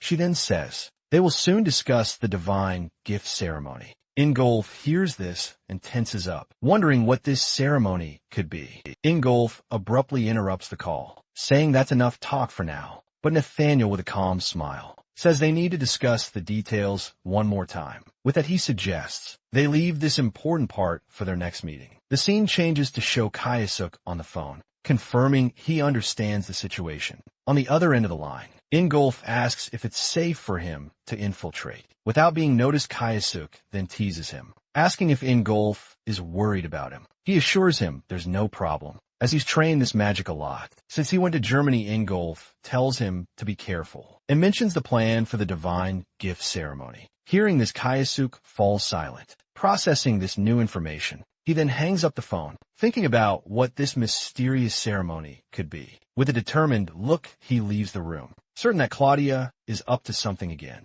The scene takes us to the 7th floor of the Tower of Believers, a gigantic place. Kayasuk finally reaches the sanctuary, the top floor of the immense tower. He recalls that according to Agito, there are only 3 days left until his meeting with Claudia, so he decides he needs to stay there and confirm something before time runs out. Suddenly, a voice emerges from the shadows, saying he saved them the trouble of finding him. He then realizes the mysterious person is Shirado Sayuki, standing there watching him. She warns him that he's drawing too much attention and tells him to follow her immediately. The scene changes to a bell tower, and he notices the place is completely deserted. So Kayasuk decides to get straight to the point, saying he needs to ask something. He questions if she had anything to do with the hypnosis magic Claudia used on Ingolf. Sayuki just stares at him in silence, listening to the accusation with a serious expression. At this, he explains that the spell was incomplete, and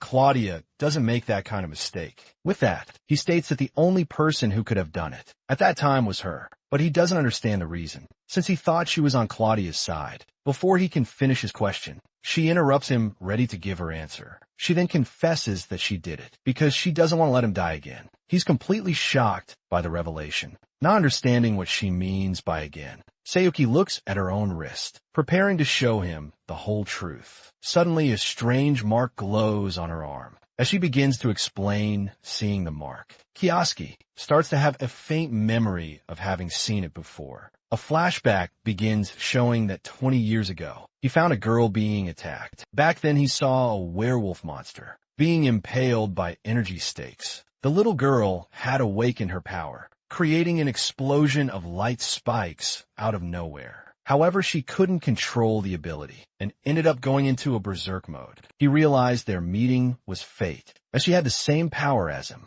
but being inexperienced, using this ability took a heavy toll on her body. To stop the power from hurting her, he had to take drastic measures on the spot, so he decided to seal her power. And luckily, he succeeded with his hands glowing. He held her firmly, controlling her rampant energy. He barely managed to keep her alive, leaving a red mark on her arm. Back in the present, he finally understands everything and realizes she is that girl. Sayuki confirms that she is, and begins to tell him what happened after she woke up. She remembers that he was accused of being a criminal who betrayed all his comrades, but she knew her savior would never do that, even if the whole world said otherwise. She explains that to uncover the truth, she approached Claudia on purpose. To learn about the incident from 20 years ago, she dedicated herself and remained loyal to her. Over time, she gained her trust, but it took 10 long years. After an incident, she was ordered to find a current Misato Kaiuchira.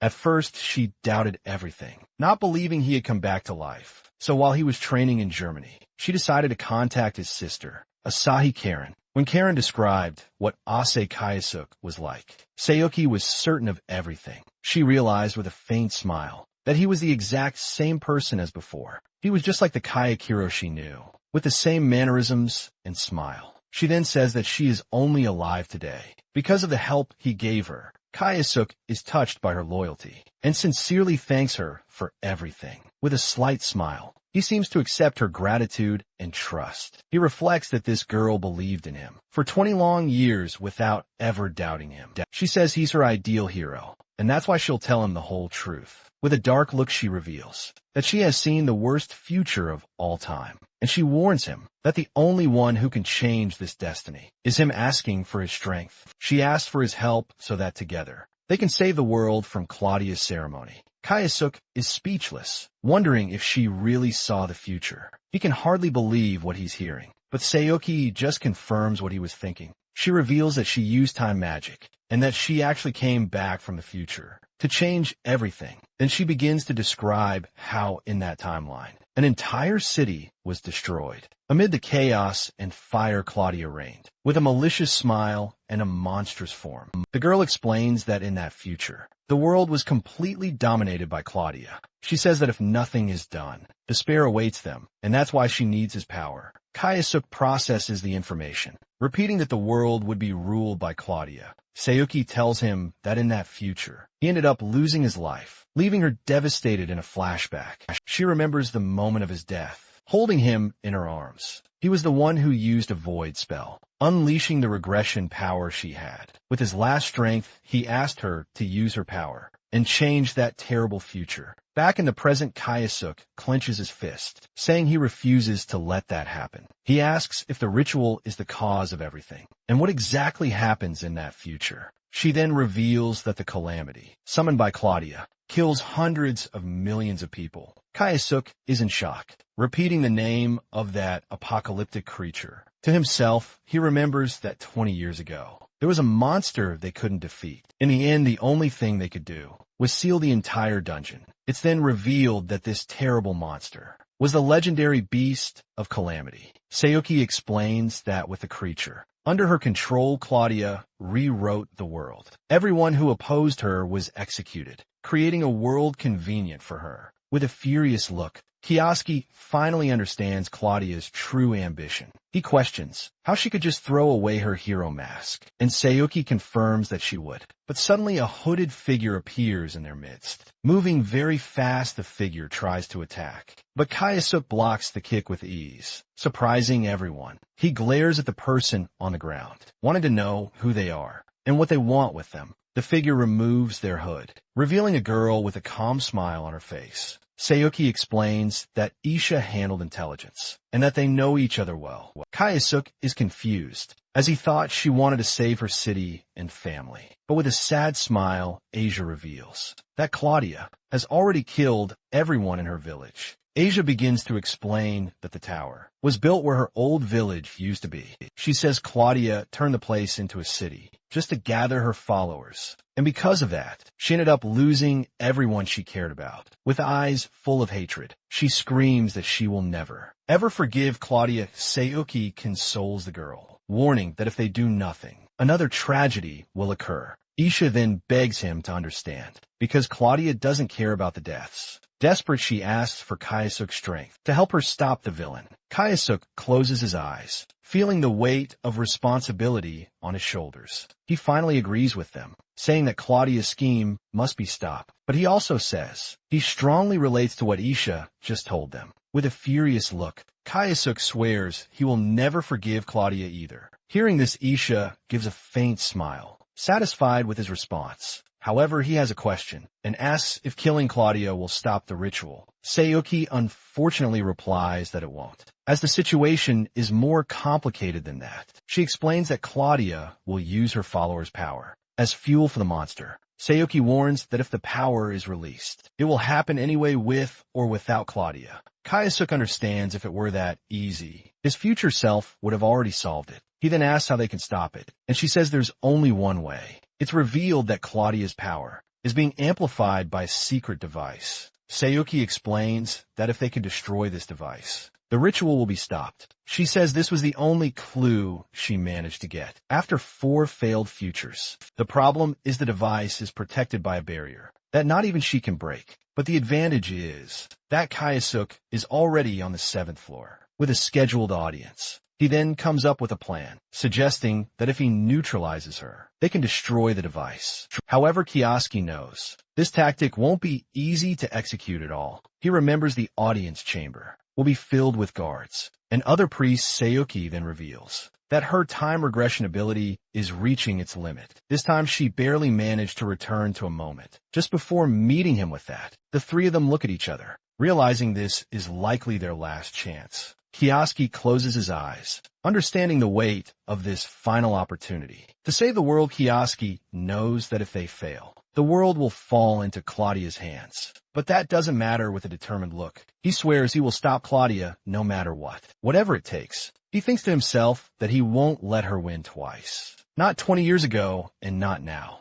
He faces the challenge head-on, knowing this is their last chance. If they fail this mission, the worst possible future awaits all of humanity. But with conviction, he declares he will stop Claudia no matter what. The scene changes and they prepare to act. Walking through the streets of the Tower City, they then head into an alley, climbing down a ladder to a hidden place. Sayuki reveals it's the secret hideout she's been using all this time. Inside, they find a base filled with equipment, and notes everywhere. Kayasuke is impressed, realizing she built all of this during her regressions. Sayuki begins to explain what she saw in the 4 timelines, detailing her mistakes. She explains that in the first world she discovered, Claudia's plan was to summon the beast, and it was in that timeline that he gave her the power to turn back time. From the 2nd future onward, she tried to stop Claudia, but it was never that simple. On her 2nd attempt, she managed to assassinate Claudia, catching the villain by surprise. However, even with Claudia's death, her power spiraled out of control. The ritual was activated anyway, with the released energy attacking Sayuki herself. Sayuki explains that Claudia's mana went berserk, and the calamity beast manifested anyway. Kayasuke then realizes the ritual is triggered by another mechanism. Even if she dies, she says that on her 3rd try, she couldn't find Claudia's magical device. On the 4th time, she found the device, but couldn't figure out how to destroy it. That's why she remained trapped, witnessing the same hopeless future over and over. Despite her failures, the girl looks at him with a determined gaze, but she says that even in defeat, there were important gains, like meeting Isha. Then she reveals that the audience with Claudia was only possible thanks to her help. Sayuki then recalls the corruption of Pre-Samoa, which was exposed on the 1st floor. It's explained that Isha created the perfect opportunity for them to act. She made sure the news reached him and manipulated the priest to investigate. At the right time, Kayasuke realizes that without that incident, he wouldn't even be there right now.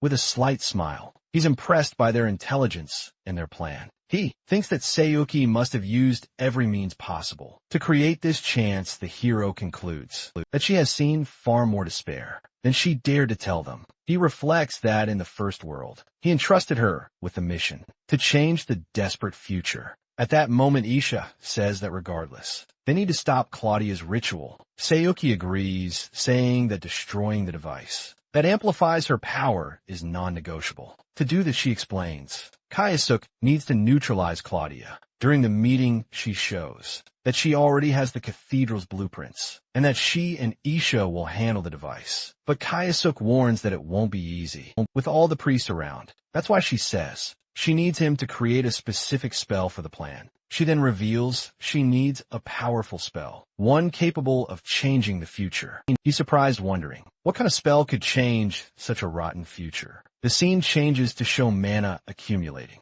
in a device that looks like a giant clock. It's explained that the energy to summon the beast will soon be fully charged. On her throne, Claudia says with a smile that there will be some entertainment. Before the ritual, the tension builds. As the camera focuses on the immense tower, where everything will happen. Back at the bell tower, Saoki asks if tomorrow is the big day, and he confirms she worries about the preparations. But he reassures her with a smile. Not to worry, he reveals that he has mastered the spell. And Saoki says she can finally see hope. She says she needs to thank him. But Kayasuk says he's the one who should be thankful. The girl is confused. He explains that she kept resetting, despite seeing the terrible future. He says he understands the loneliness of fighting, while knowing what the future holds. Then he remembers, entrusting everything to her in the first timeline, and she carried that burden. He feels very grateful, and Saoki replies that she wants to honor the trust he placed in her. With a sincere smile, he thanks her by her full name.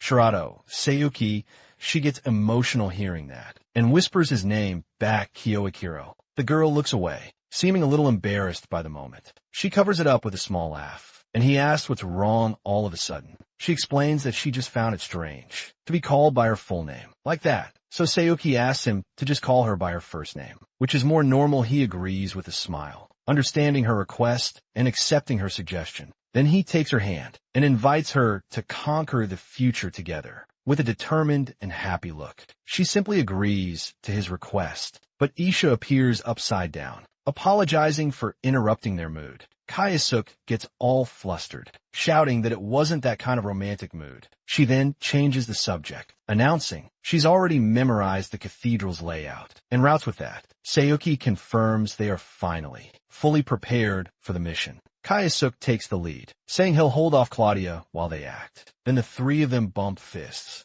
vowing to win this battle no matter what. The scene changes, and the day of the long-awaited audience with Claudia finally arrives. The guards greet him at the door, confirm he's there for the audience, and let him in inside. He communicates mentally, and the girls reply that the situation is good. They run through the tower, saying that at this rate, they'll reach the top without any problems. He's surprised that Aisha can use communication magic, and she jokes that it's quite useful. The hero reports he's almost at the audience chamber, and is counting on their efforts. He faces the hallway, knowing the moment of truth has finally come for him. But the one waiting for him is Agito Norman, who says he's been expecting his arrival. With a gesture, he invites him in, leaving Kayasuk a bit confused. With a determined look, Kayasuk braces himself for what's to come. He finally reaches the grand hall, where several priests await him in rows. The place is gigantic and in the distance. He spots his true target on the throne. He finally comes face to face with Claudia,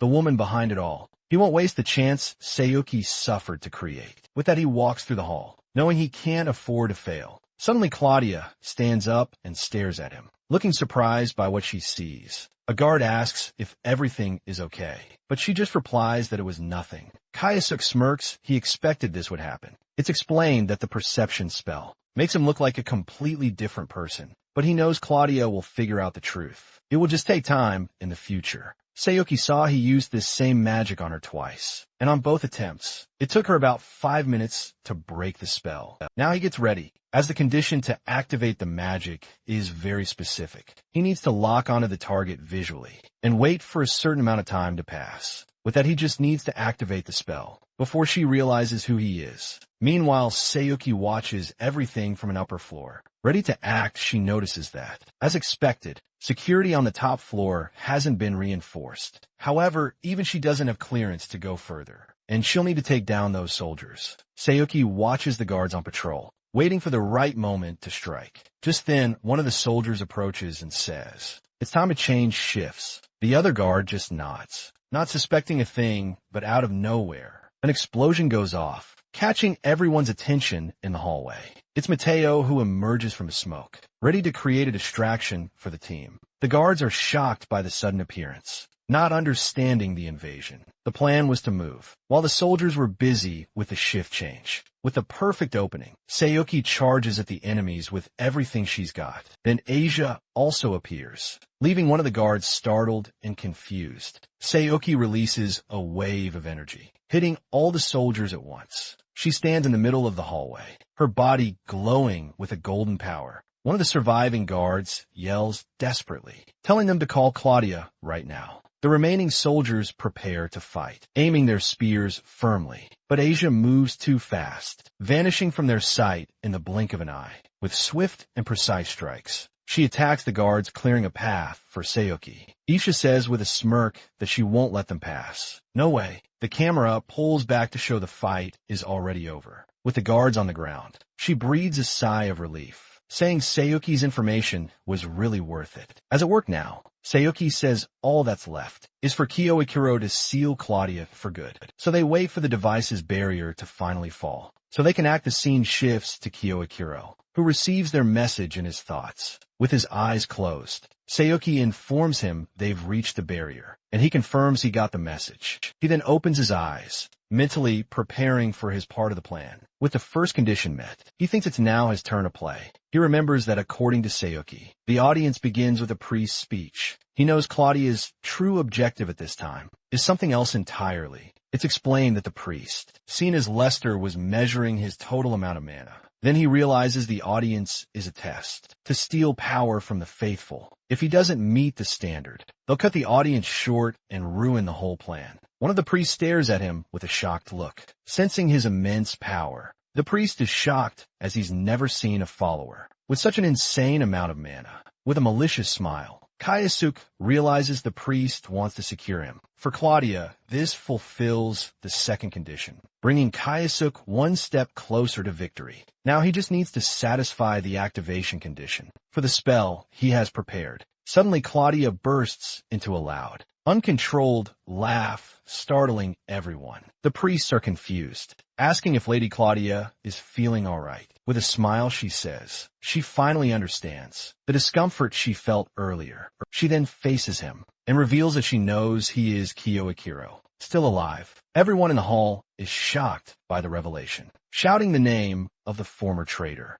His disguise breaks, and he realizes she figured everything out. Faster than expected, he stands up, and Claudia says she can now see everything clearly. She approaches, saying that with that mana, she knows his spell exactly. Her eye glows, showing she's already figured out Kaisuke's entire plan. She confesses she's impressed, as she thought he had died under Ingolf's hypnosis. Claudia says she'll deal with that later, and starts walking towards him. Claudia points at him and warns that if she kills him right there, it's all over for good. Sayuki screams his name in despair, but he seems to already know everything that's about to happen. He explains that he already knew Claudia would send the priest to attack first. Then one of the priests turns and orders Kaikuro to be eliminated at once. But the priest reveals he already knows what to do, pulling out a mysterious syringe. He and the others inject themselves, preparing to take the hero out for good. With a wicked smile, Claudia reveals they are the Rei Luashia enhancement drugs. She believes that with so many soldiers, not even Kiyohikuro stand a chance. But Kaisuke unleashes his aura, making the entire floor tremble around him. In the blink of an eye, one of the priests simply explodes into pieces. In front of him, Claudia is in shock, seeing his power, unable to believe the strength of those enhancers. With a smile, he reveals that everything is going exactly as he planned. He says everything is finally ready, as he prepares his most powerful spell. With that, he fires a full power blast of purple energy at them. The attack hits the priest head-on, who scream in pain as they're struck. Even Claudia suffers from the impact, trying to shield herself from the overwhelming magic. It's explained that this is an isolated space, completely cut off from the outside world. Just like that, Claudia became a caged bird with no escape. Confused, she asks what he plans to do by creating a space like this. He then reveals his plan to destroy her device and stop the monster from appearing. With a smile, he explains that by sealing her here, the device's barrier will vanish. Claudia is shocked he knows about the device, and even the beast, but she realizes his true intention must be something else, since he's trapped in here with her. She questions him, asking how he plans to destroy the device. While trapped in here too, suddenly Claudia has a revelation. It all becomes clear with a smirk. Kioski says it looks like she's finally figured it out. She realizes he has a partner on the outside. Helping him, the villain says that if that's the case, it makes sense. He knew about the device and the plan to destroy it. He confirms it, saying there's no reason to hide their objective anymore. He points at her, warning that she'll stay right here until the device is destroyed. Claudia then remembers she hasn't seen her attendant, Sayuki, for the past few days. Claudia thinks back to how she set everything up for either Ingolf or Kiyoshi to die. That day, the only way they could have both survived is if someone had interfered with her hypnosis. In a flashback, she confronts Sayuki,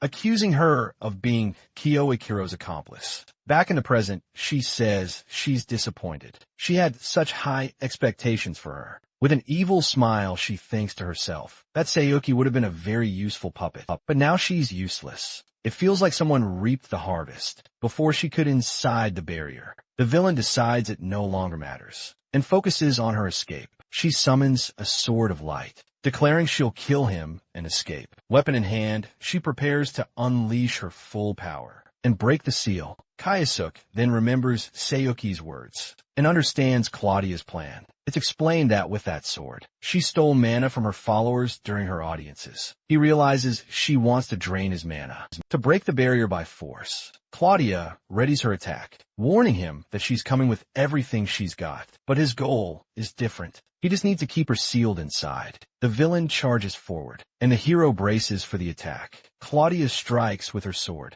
but Kayasuk uses speed clones to dodge the blow. He remembers Sayuki's warning. Killing Claudia would also awaken the Calamity Beast. So for now, he knows he must focus on one thing only. And so he takes the sword's light attack head on, enduring the full impact. His job is just to stop her attacks until the girls can destroy the device. He backs away, making it clear his only role in this fight is to buy them precious time. With a smile, he taunts her, calling her naive and saying it's too easy to dodge. Irritated, Claudia says, "Is that so?" and prepares a new kind of attack. She summons a crossbow and charges a purple energy arrow. Ready to fire, then she fires with all her might, launching a projectile of light at the hero. Kayasuk barely dodges, sensing the danger of her new ability. But she keeps firing arrow after arrow, forcing him to stay on the move to avoid being hit. He then realizes it's the same hypnosis spell she used on Ingolf. Claudia yells that even a graze from that arrow will be the end of him.